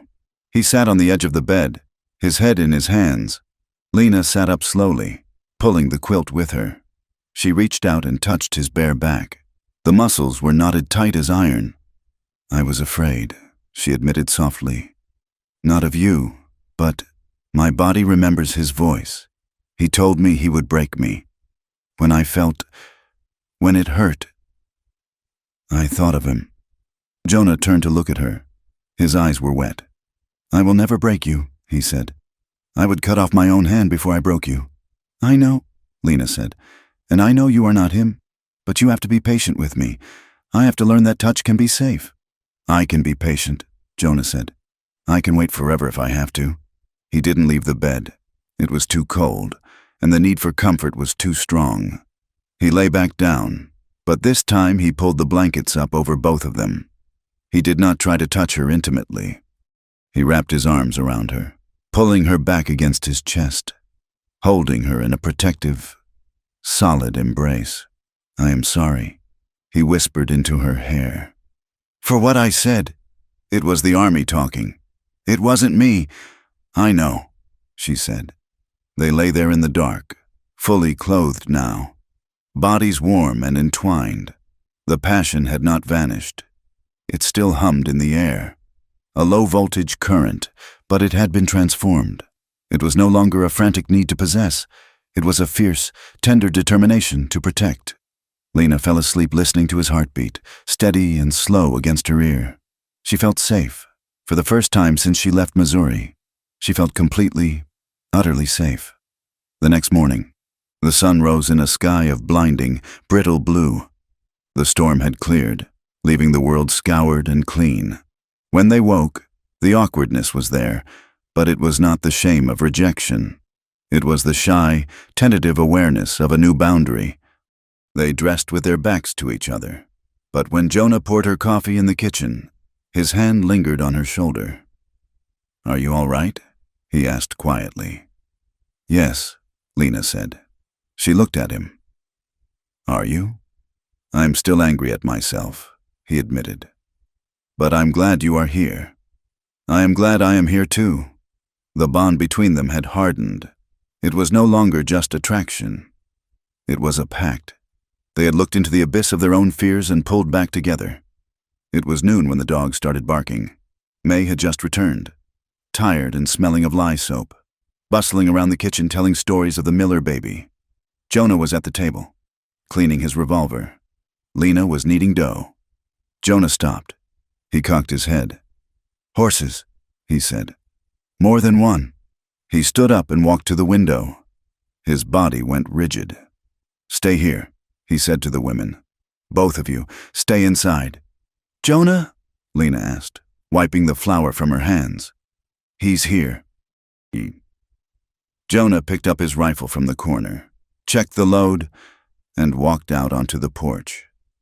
Lena ignored his order. She went to the window. 3 riders were coming up the track. The snow was deep, so they moved slowly, picking their way through the drifts. The man in the center rode a tall black stallion that looked too fine for this rough country. He wore a heavy coat with a fur collar that cost more than the Cade Ranch made in 5 years. His hat was brushed beaver felt, even from this distance. Lena knew the set of his shoulders. She knew the way he held the reins. Arrogant, assuming the animal would obey simply because he demanded it. It was Silas Crow. He rode right up to the porch gate, his 2 hired men flanking him. They were hard-looking men, with rifles resting casually across their saddles.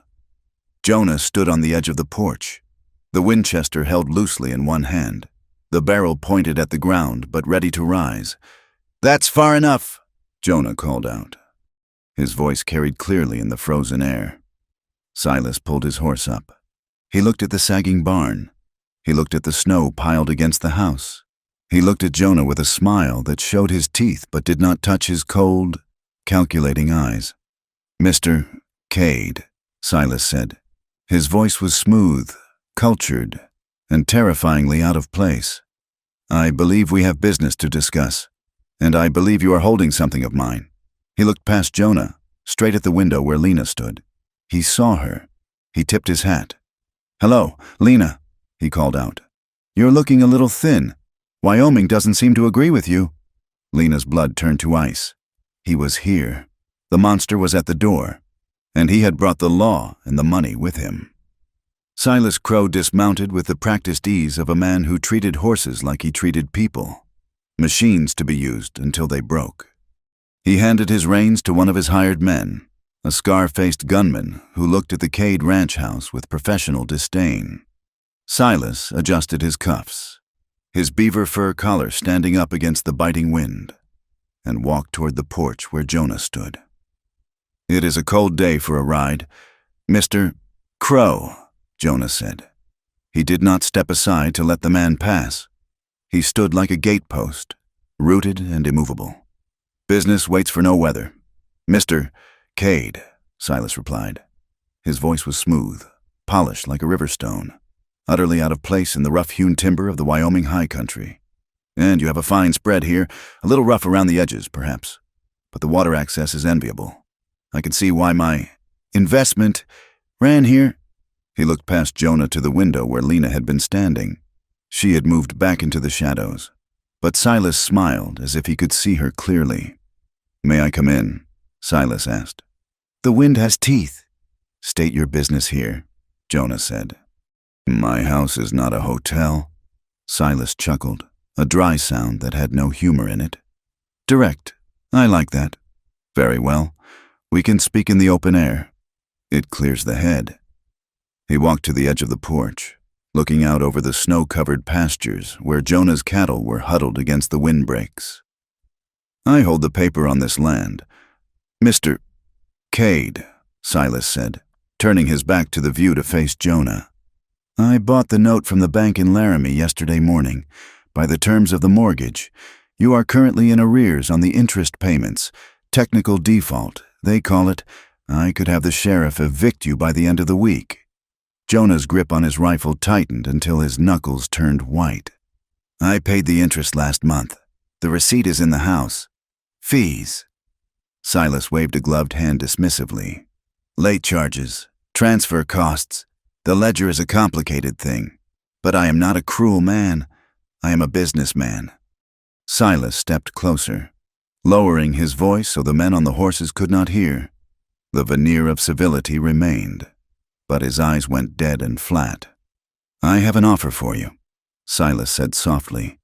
"Sign over 40% of your water rights to the Crow Land and Cattle Company. Grant me easement for my herds across your north pasture. Do that, and I will forgive the debt entirely. You keep your house. You keep your cattle." "And Lena?" Jonah asked, his voice low. "Lena is a separate matter," Silas said. "She is a breach of contract. She stole from me the cost of her train ticket, the dowry I paid her father, and the dignity of my name. Return her to me, and I will consider the matter settled. She will come back to Missouri. Learn her place, and you will never hear from me again." Jonah stared at him. The audacity of the man was breathtaking.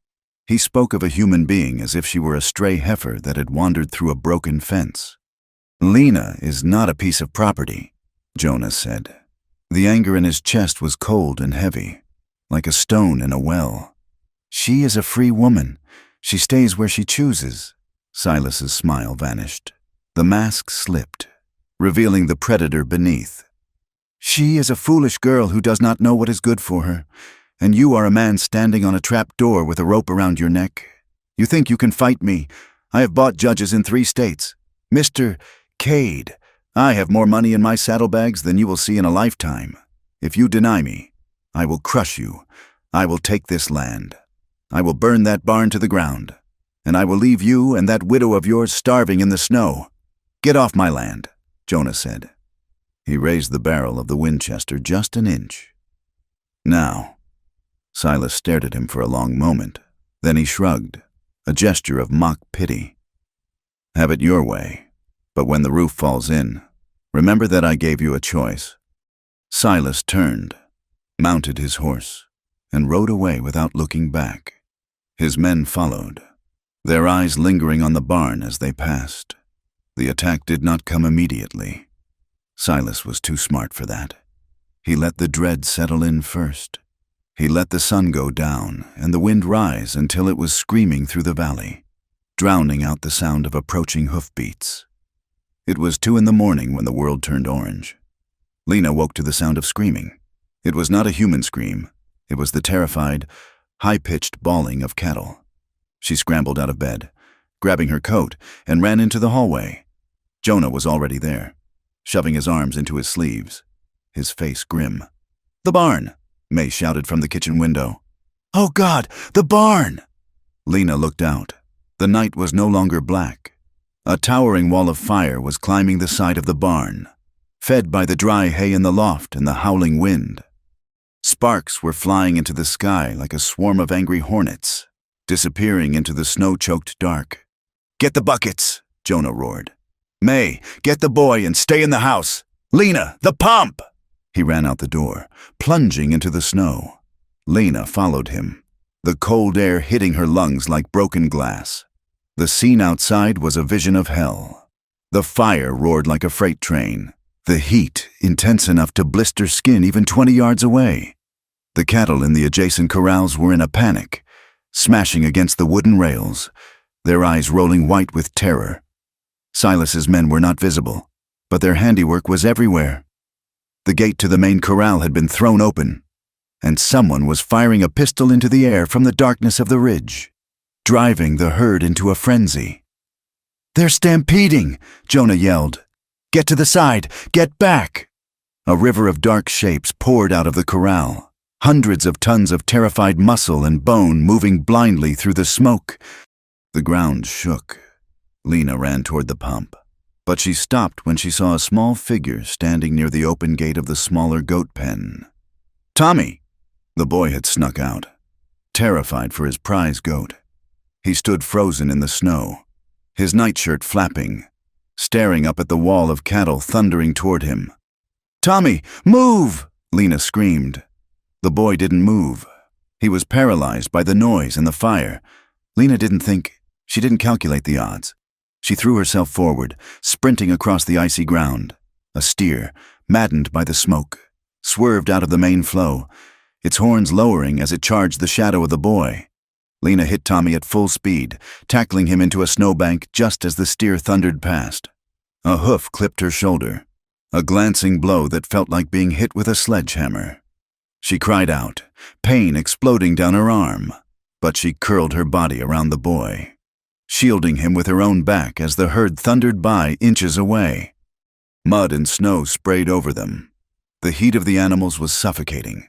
Then they were gone, vanishing into the dark pastures. Lena lay in the snow, gasping for breath. Tommy was sobbing beneath her. "Are you hurt?" she choked out, grabbing his face with her good hand. "No," he wailed. "I want my mama." May came running from the house, her face a mask of terror. She grabbed Tommy, pulling him from the snow, then reached down to help Lena. "You saved him," May wept, clutching Lena's arm. "You saved him." "The barn?" Lena gasped, struggling to stand. Her left arm hung useless at her side, numb and throbbing. "We have to save the barn." But it was too late. The roof had already collapsed inwards with a shower of sparks.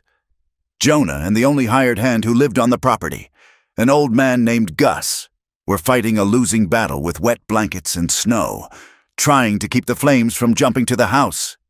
Suddenly, a gunshot cracked from the direction of the burning building. Not the distant harassment fire of the stampede, but a close, sharp report. Jonah screamed a name. "Gus!" Lena stumbled forward, the heat searing her face. She saw Jonah kneeling in the mud and slush near the watering trough. Old Gus lay on his back, staring up at the fire-lit sky. A dark stain was spreading across the front of his woolen coat. One of Silas's men, circling back to ensure the damage was done, had fired a parting shot from the darkness. "Jonah!" Gus wheezed, blood bubbling at the corner of his mouth. "The horses. Did we get the horses?" "We got them." "Gus," Jonah said, his voice breaking. He pressed his hand over the wound, but the blood pumped through his fingers. "Hold on, we'll get you inside." "Cold," Gus whispered. "It's mighty cold." And then he stopped breathing. The old man who had taught Jonah how to mend a fence, who had stayed on when the money ran out because he had nowhere else to go, was gone. Jonah stayed kneeling for a long moment. The fire roared behind him, casting his shadow long and distorted across the snow. When he stood up, his face was terrifying. It was stripped of all humanity, leaving only a raw, murderous intent. He looked at Lena, clutching her injured arm. He looked at May, weeping over her son. He looked at the burning ruin of his livelihood. "Get inside," Jonah said. His voice was dead. "It is over for tonight." The next morning, the smell of wet ash hung over the valley like a shroud. The barn was a blackened skeleton, the timbers still smoking in the cold air. Jonah rode into town at first light. He took the body of Gus with him, wrapped in a canvas tarp in the back of the wagon. He did not ask Lena or May to come. He carried a cold, silent fury that made the air around him feel heavy. He went straight to the sheriff's office. Sheriff Miller was a heavy man with a face full of broken veins and eyes that shifted away when you looked at them. He sat behind his desk, cleaning his fingernails with a knife. "It was an accident, Jonah," the sheriff said before Jonah had even finished speaking. "Lantern kicked over. Straw catches fast in this weather. Tragedy about old Gus. Caught a stray bullet from a hunter, most likely, or maybe his own gun went off in the panic." "A stray bullet?" Jonah slammed his fist onto the desk. "It was murder. Miller. Silas Crow's men were there. I saw the tracks. I heard the shots. They set the fire and they shot my man down in the snow." "You have proof?" The sheriff looked up, his expression bored. "Did you see a face? Did you see Silas Crow strike a match? He was at my house 6 hours before it happened. He threatened to burn me out." "Threats ain't arson," the sheriff said. He stood up, hitching his gun belt. "Look, Jonah, you're upset. You lost a barn. You lost a hand. It's a hard winter, but you can't go throwing accusations at a man like Mr. Crow without evidence. He's a respected businessman. He's a thief and a killer." Jonah spat. "Careful," the sheriff warned, his hand resting near his holster. "Slander is a crime. 2, take Gus to the undertaker, bury your dead, and go home. If you start trouble with Crow, I won't be able to help you." Jonah walked out of the office, the taste of bile in his throat. He stood on the boardwalk, looking at the town. The people of Bitter Creek watched him. They saw the soot on his coat. They saw the body in the wagon. And they turned away. He heard the whispers as he passed the barber shop. Brought it on himself. Keeping that woman out there. Crow has the right to protect his investment. They were cowards. All of them. They were afraid of Silas's money, and they justified their fear by blaming the victim. It was easier to believe that Jonah was a sinner who deserved punishment than to admit that a rich man could burn a home and get away with it. When Jonah returned to the ranch, he found Lena in the kitchen. Her arm was in a sling May had fashioned from a flour sack. Her face was pale, drawn with pain and exhaustion. "They did nothing," Lena said. It was a statement, not a question. "Nothing," Jonah confirmed. He sank into a chair, looking at his hands. They were still stained with soot and Gus's blood. "The sheriff called it an accident. He said Gus shot himself." Lena closed her eyes. A tear slipped out and tracked through the grime on her cheek. "It is my fault. Gus is dead because of me. The barn is gone because of me." "Stop it," Jonah said harshly. "It is true," Lena cried, turning on him. "If I had never answered that letter, if I had stayed in Missouri, Gus would be alive. You would still have your barn. Silas is only here because of me. Silas is here because he is a greedy devil who wants this valley." Jonah stood up, wincing as his stiff muscles protested. "He would have come for the water eventually. You just gave him a timeline." "But he hates you because you have me," Lena argued. "He wants to destroy you to punish me." "Then let him try," Jonah said. But the words sounded hollow. They both knew that Silas had already tried, and he was winning. The next day, the escalating blow arrived. A deputy, not the sheriff, but a young man who looked ashamed of his errand, rode out to the ranch. He handed Jonah a folded paper. "I'm sorry, Mr. Cade," the deputy mumbled. "The judge signed it this morning." Jonah read the paper. It was an eviction notice. Notice of foreclosure. Due to default on loan obligations and the devaluation of collateral, destruction of property. The holder of the note, Silas Crow, hereby exercises his right to seize the assets of the Cade Ranch. Occupants have 48 hours to vacate the premises. 48 hours, Jonah whispered. He is taking the land. Technical default, the deputy said, looking at his boots. Because the barn burned down. The contract says you have to maintain the value of the improvements. Since the barn is gone, the loan is called in full. It was a masterpiece of legal cruelty.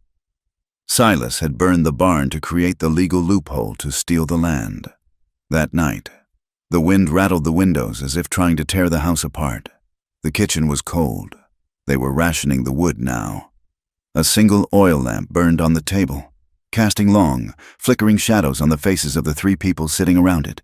It was a council of war. "We cannot leave," May said.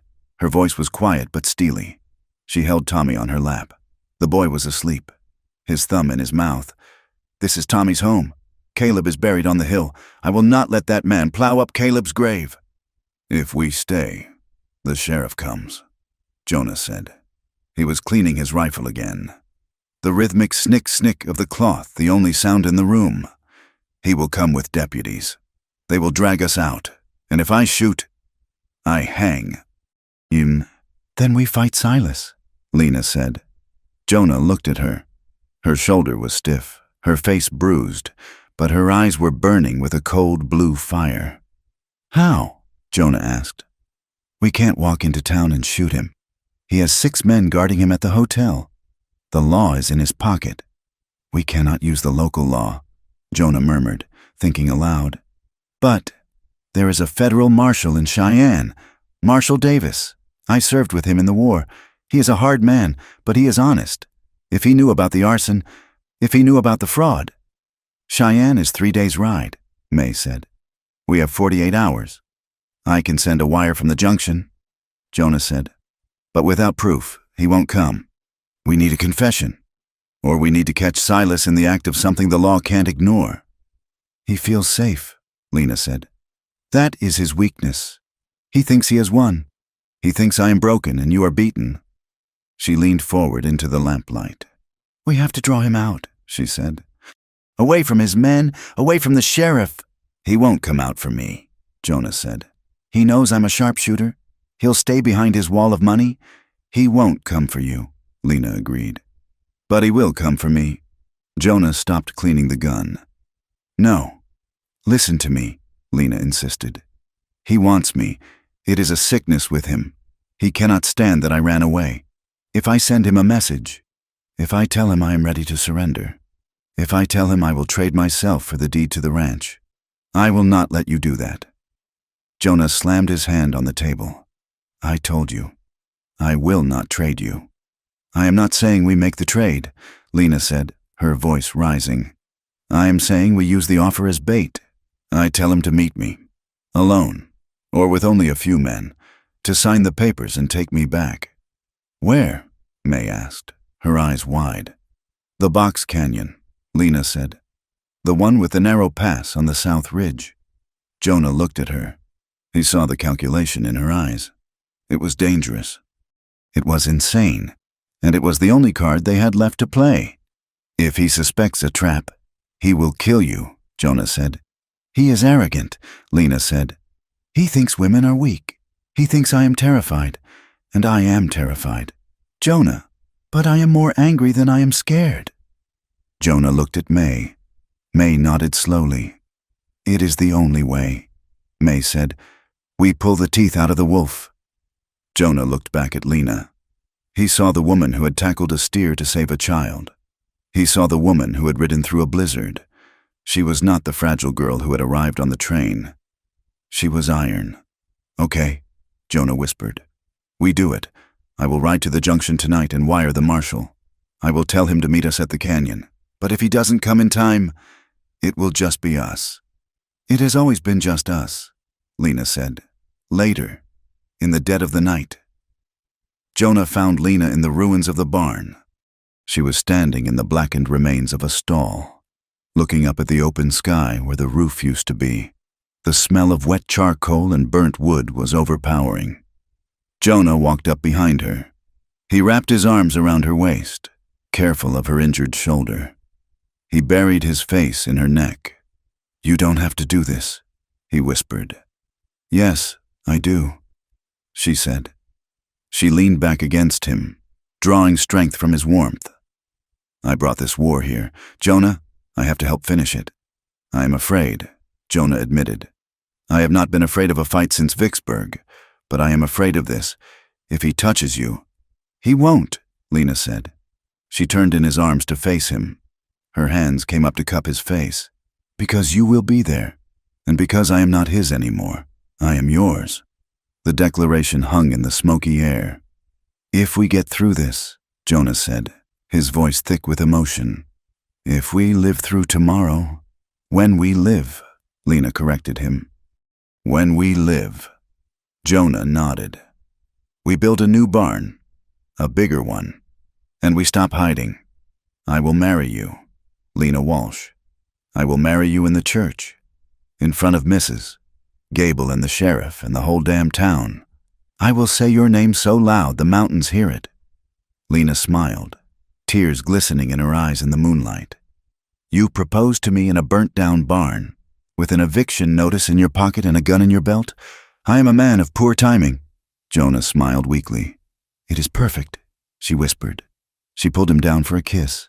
It was desperate and fierce, tasting of soot and salt tears. It was a kiss of farewell and a kiss of promise. They held each other tightly, two small, fragile figures in a ruined landscape, defying the night. "Tomorrow," Jonah said, pulling away. "We end it." "Tomorrow," Lena echoed. She watched him walk back to the house to gather his ammunition. Then she looked up at the cold, indifferent stars. "Come and get me, Silas," she whispered to the wind. "I am ready." The box canyon was a scar in the earth, a deep, jagged gash where the sun only touched the bottom for an hour at high noon. The walls of red rock rose 500 feet straight up, streaked with the white veins of old snow and the black stains of water runoff. It was a place where sound trapped itself, echoing back and forth until a single stone falling sounded like a landslide. Lena Walsh sat on her mare near the center of the canyon floor. The horse, a sturdy bay borrowed from the neighbor's remuda, shifted nervously, its hooves clinking against the loose shale.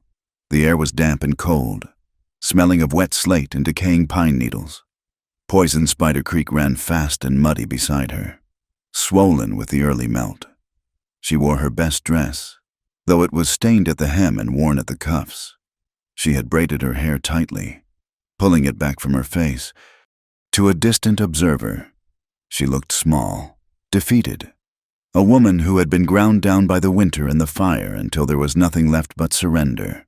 But under the heavy wool of her coat, tucked into the waistband of her skirt, was a folded document, and 50 yards up the canyon wall, hidden behind a cluster of scrub oak and fallen boulders, Jonah Cade lay on his belly in the snow, the stock of his Winchester pressed against his cheek.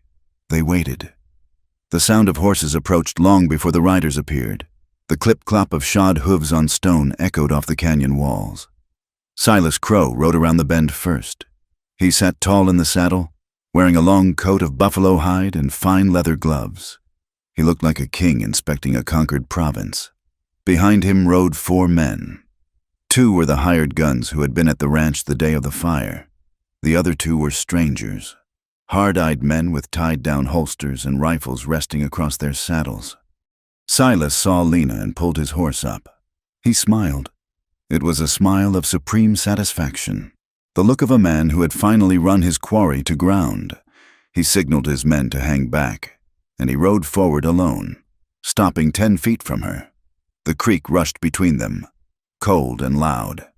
"You came," Silas said. His voice was magnified by the rock walls. "I told my men you would not. I told them you had too much pride. But hunger has a way of eating pride, does it not? Lena?" Lena looked at him. Her face was pale, her eyes dark-rimmed from lack of sleep. She did not have to pretend to be exhausted. "You burned the barn," she said. Her voice was steady, though her hands trembled on the reins. "You killed Gus." "Collateral damage," Silas said with a dismissive wave of his hand. Accidents happen when people are stubborn. If you had come to me when I first arrived, the old man would be alive. His blood is on your skirt, not my hands." "You are a monster," Lena said.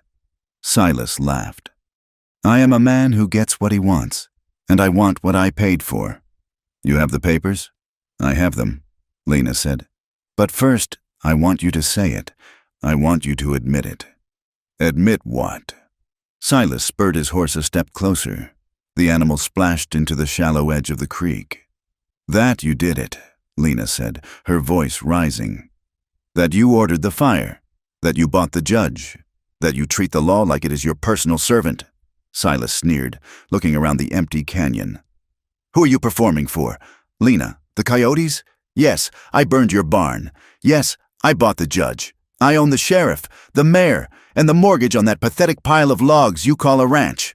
I own the ground you are standing on. And in 5 minutes, I will own you again." He urged his horse forward, crossing the creek. "Now, get off that horse. We have a train to catch." "No," Lena said. Silas's face hardened. "Do not test me. Girl, I am done playing games." He reached out, his hand grabbing the bridle of her horse, jerking the animal's head down. "Get down, or I will drag you down." "Let go of her," a voice boomed from the cliffs. Silas froze. His men behind him reached for their weapons, their eyes scanning the rocks. "Jonah Cade," Silas shouted, not letting go of Lena's horse. "I wondered if you would have the courage to show your face. Come down. Farmer, come down and watch me take what is mine.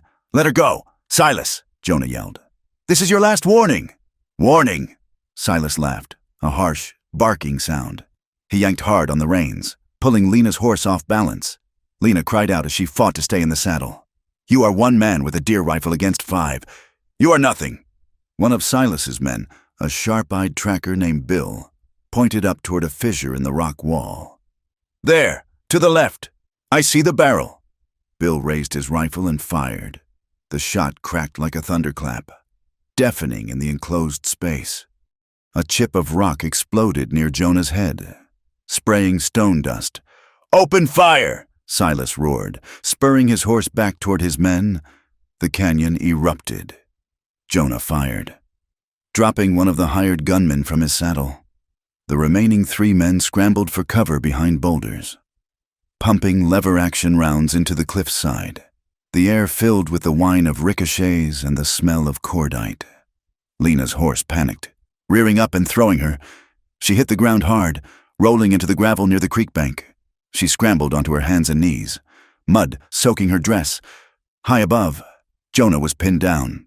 He fired again, shattering the knee of another gunman, but the volume of fire coming from below was overwhelming. "Get him!" Silas screamed, safe behind a slab of granite. "Kill him! $500 to the man who brings me his hat!" A lucky shot ricocheted off the canyon wall and struck Jonah. Lena saw it happen. She was looking up, terrified, and she saw Jonah jerk violently, his rifle slipping from his hands and clattering down the scree slope. He slumped back behind the scrub oak, disappearing from view. "Jonah!" she screamed. "He is dead!" Silas shouted triumphantly. He stepped out from behind the rock, his revolver drawn. He looked at Lena, who was kneeling in the mud. "He is dead, and you are alone. Now, get up!" Terror, cold and absolute, washed over Lena, but beneath the terror, something else snapped. The fear she had carried for months, the fear of her father, the fear of the bank, the fear of this man, burned away in a flash of white-hot rage. She saw a revolver lying in the dirt, dropped by the first gunman Jonah had shot. She lunged for it. "Don't be a fool!" Silas yelled. Raising his own gun, Lena grabbed the heavy Colt Peacemaker. It was heavy, slick with mud. She rolled onto her back, gripping the handle with both hands, and cocked the hammer. She pointed it straight at Silas Crow's chest. "Stop!" she screamed. The sound tore from her throat, raw and primal. Silas stopped. He looked at the gun in her hands, shaking violently, and he sneered. "You won't shoot," he said. "You don't have it in you. You are a farm girl who reads poetry. Put it down, Lena, before you hurt yourself." "I said stop." Lena scrambled to her feet, keeping the barrel trained on his heart. Her breathing came in jagged gasps. "Drop the gun! Silas! Drop it, or I swear by God I will put a hole in you!" "You're trembling," Silas mocked, taking a step forward. "Look at you. You're terrified. You think pulling a trigger is like sewing a button? It takes a killer to kill. Lena, and you are just a bride." "I am not a bride," Lena shouted. "I am the woman who saved your life. Because if I pull this trigger, you die, but the marshal finds your body and takes everything anyway." Silas paused. "Marshal?" "Marshal Davis," Lena yelled. "From Cheyenne. He is at the ranch right now. He knows you are here." "You're lying," Silas hissed, though his eyes darted to the canyon entrance. "Am I?" Lena took a step toward him. The fear was still there, roaring in her ears. But her hands steadied. She thought of Jonah bleeding on the rocks. She thought of the barn burning. She thought of the way Silas had looked at her like cattle. "Drop the gun," she said, her voice dropping to a deadly whisper. "Drop it." Silas looked at her eyes.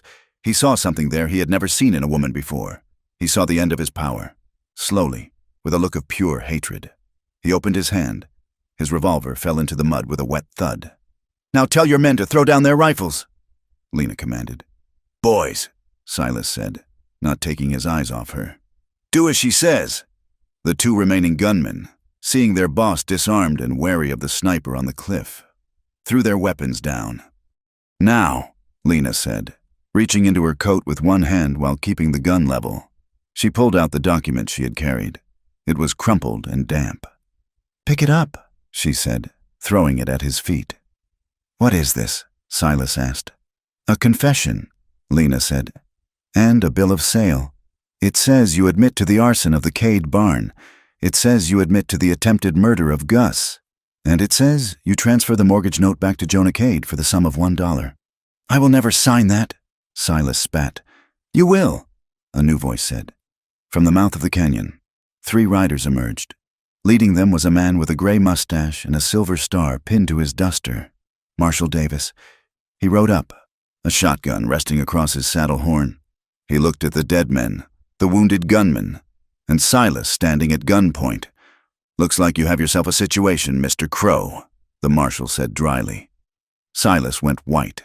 "Marshal, this woman, she is hysterical. She just assaulted me." "I heard the lady," the marshal said, "and I saw the barn, and I have a witness statement from a Mrs. May Cade about threats you made.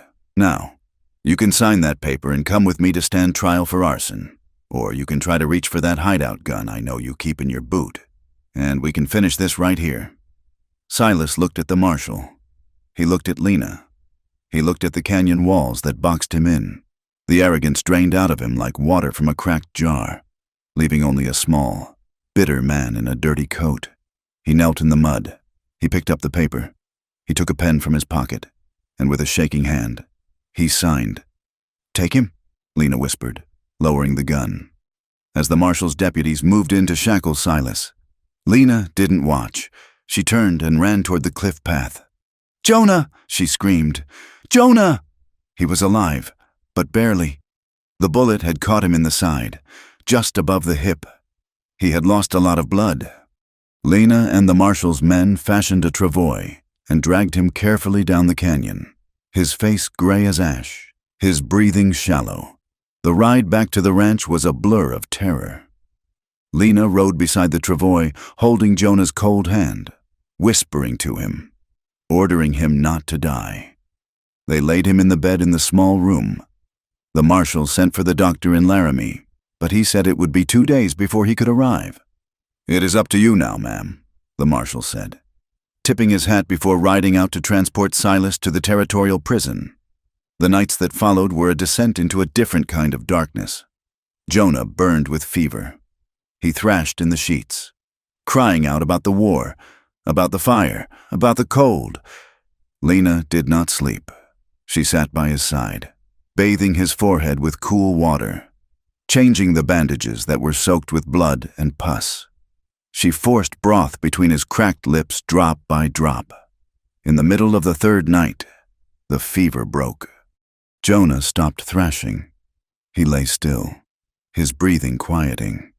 Lena leaned close, brushing the damp hair from his forehead. "Jonah," she whispered. His eyes opened. They were clear, though weak. He looked at her, then around the room. "Silas," he rasped. "Gone," Lena said, tears spilling onto her cheeks. "In chains. The ranch is ours. Jonah, free and clear." Jonah closed his eyes, a faint smile touching his lips. You faced him." "I had to," she said. "I wasn't going to let him win." He reached out his hand, weak and trembling. She took it, pressing it to her cheek. "I saw you," he whispered. "Before I passed out. You looked like a storm. I was terrified," she admitted. "You were brave," he said. "My brave Lena." In the quiet hours of his recovery, as the winter finally began to loosen its grip on the land, they talked in the dark, with the lamp turned low. She told him about the house she wanted to build, not a fortress, but a home with big windows to let the light in. She told him she wanted a garden, even if the soil was hard. She told him she wanted children who would never know the fear of being sold or the shame of debt. "I want to plant trees," she said one night, tracing the line of his hand with her finger. "Cottonwoods, for shade, so that in 20 years there will be a cool place to sit." 20 years, Jonah murmured, savoring the words. "I never thought past the next winter." "We have to," Lena said. "We have a lot of time now." Spring arrived in a rush of mud and green grass. The creek swelled, the calves were born, and the air smelled of wet earth and sage.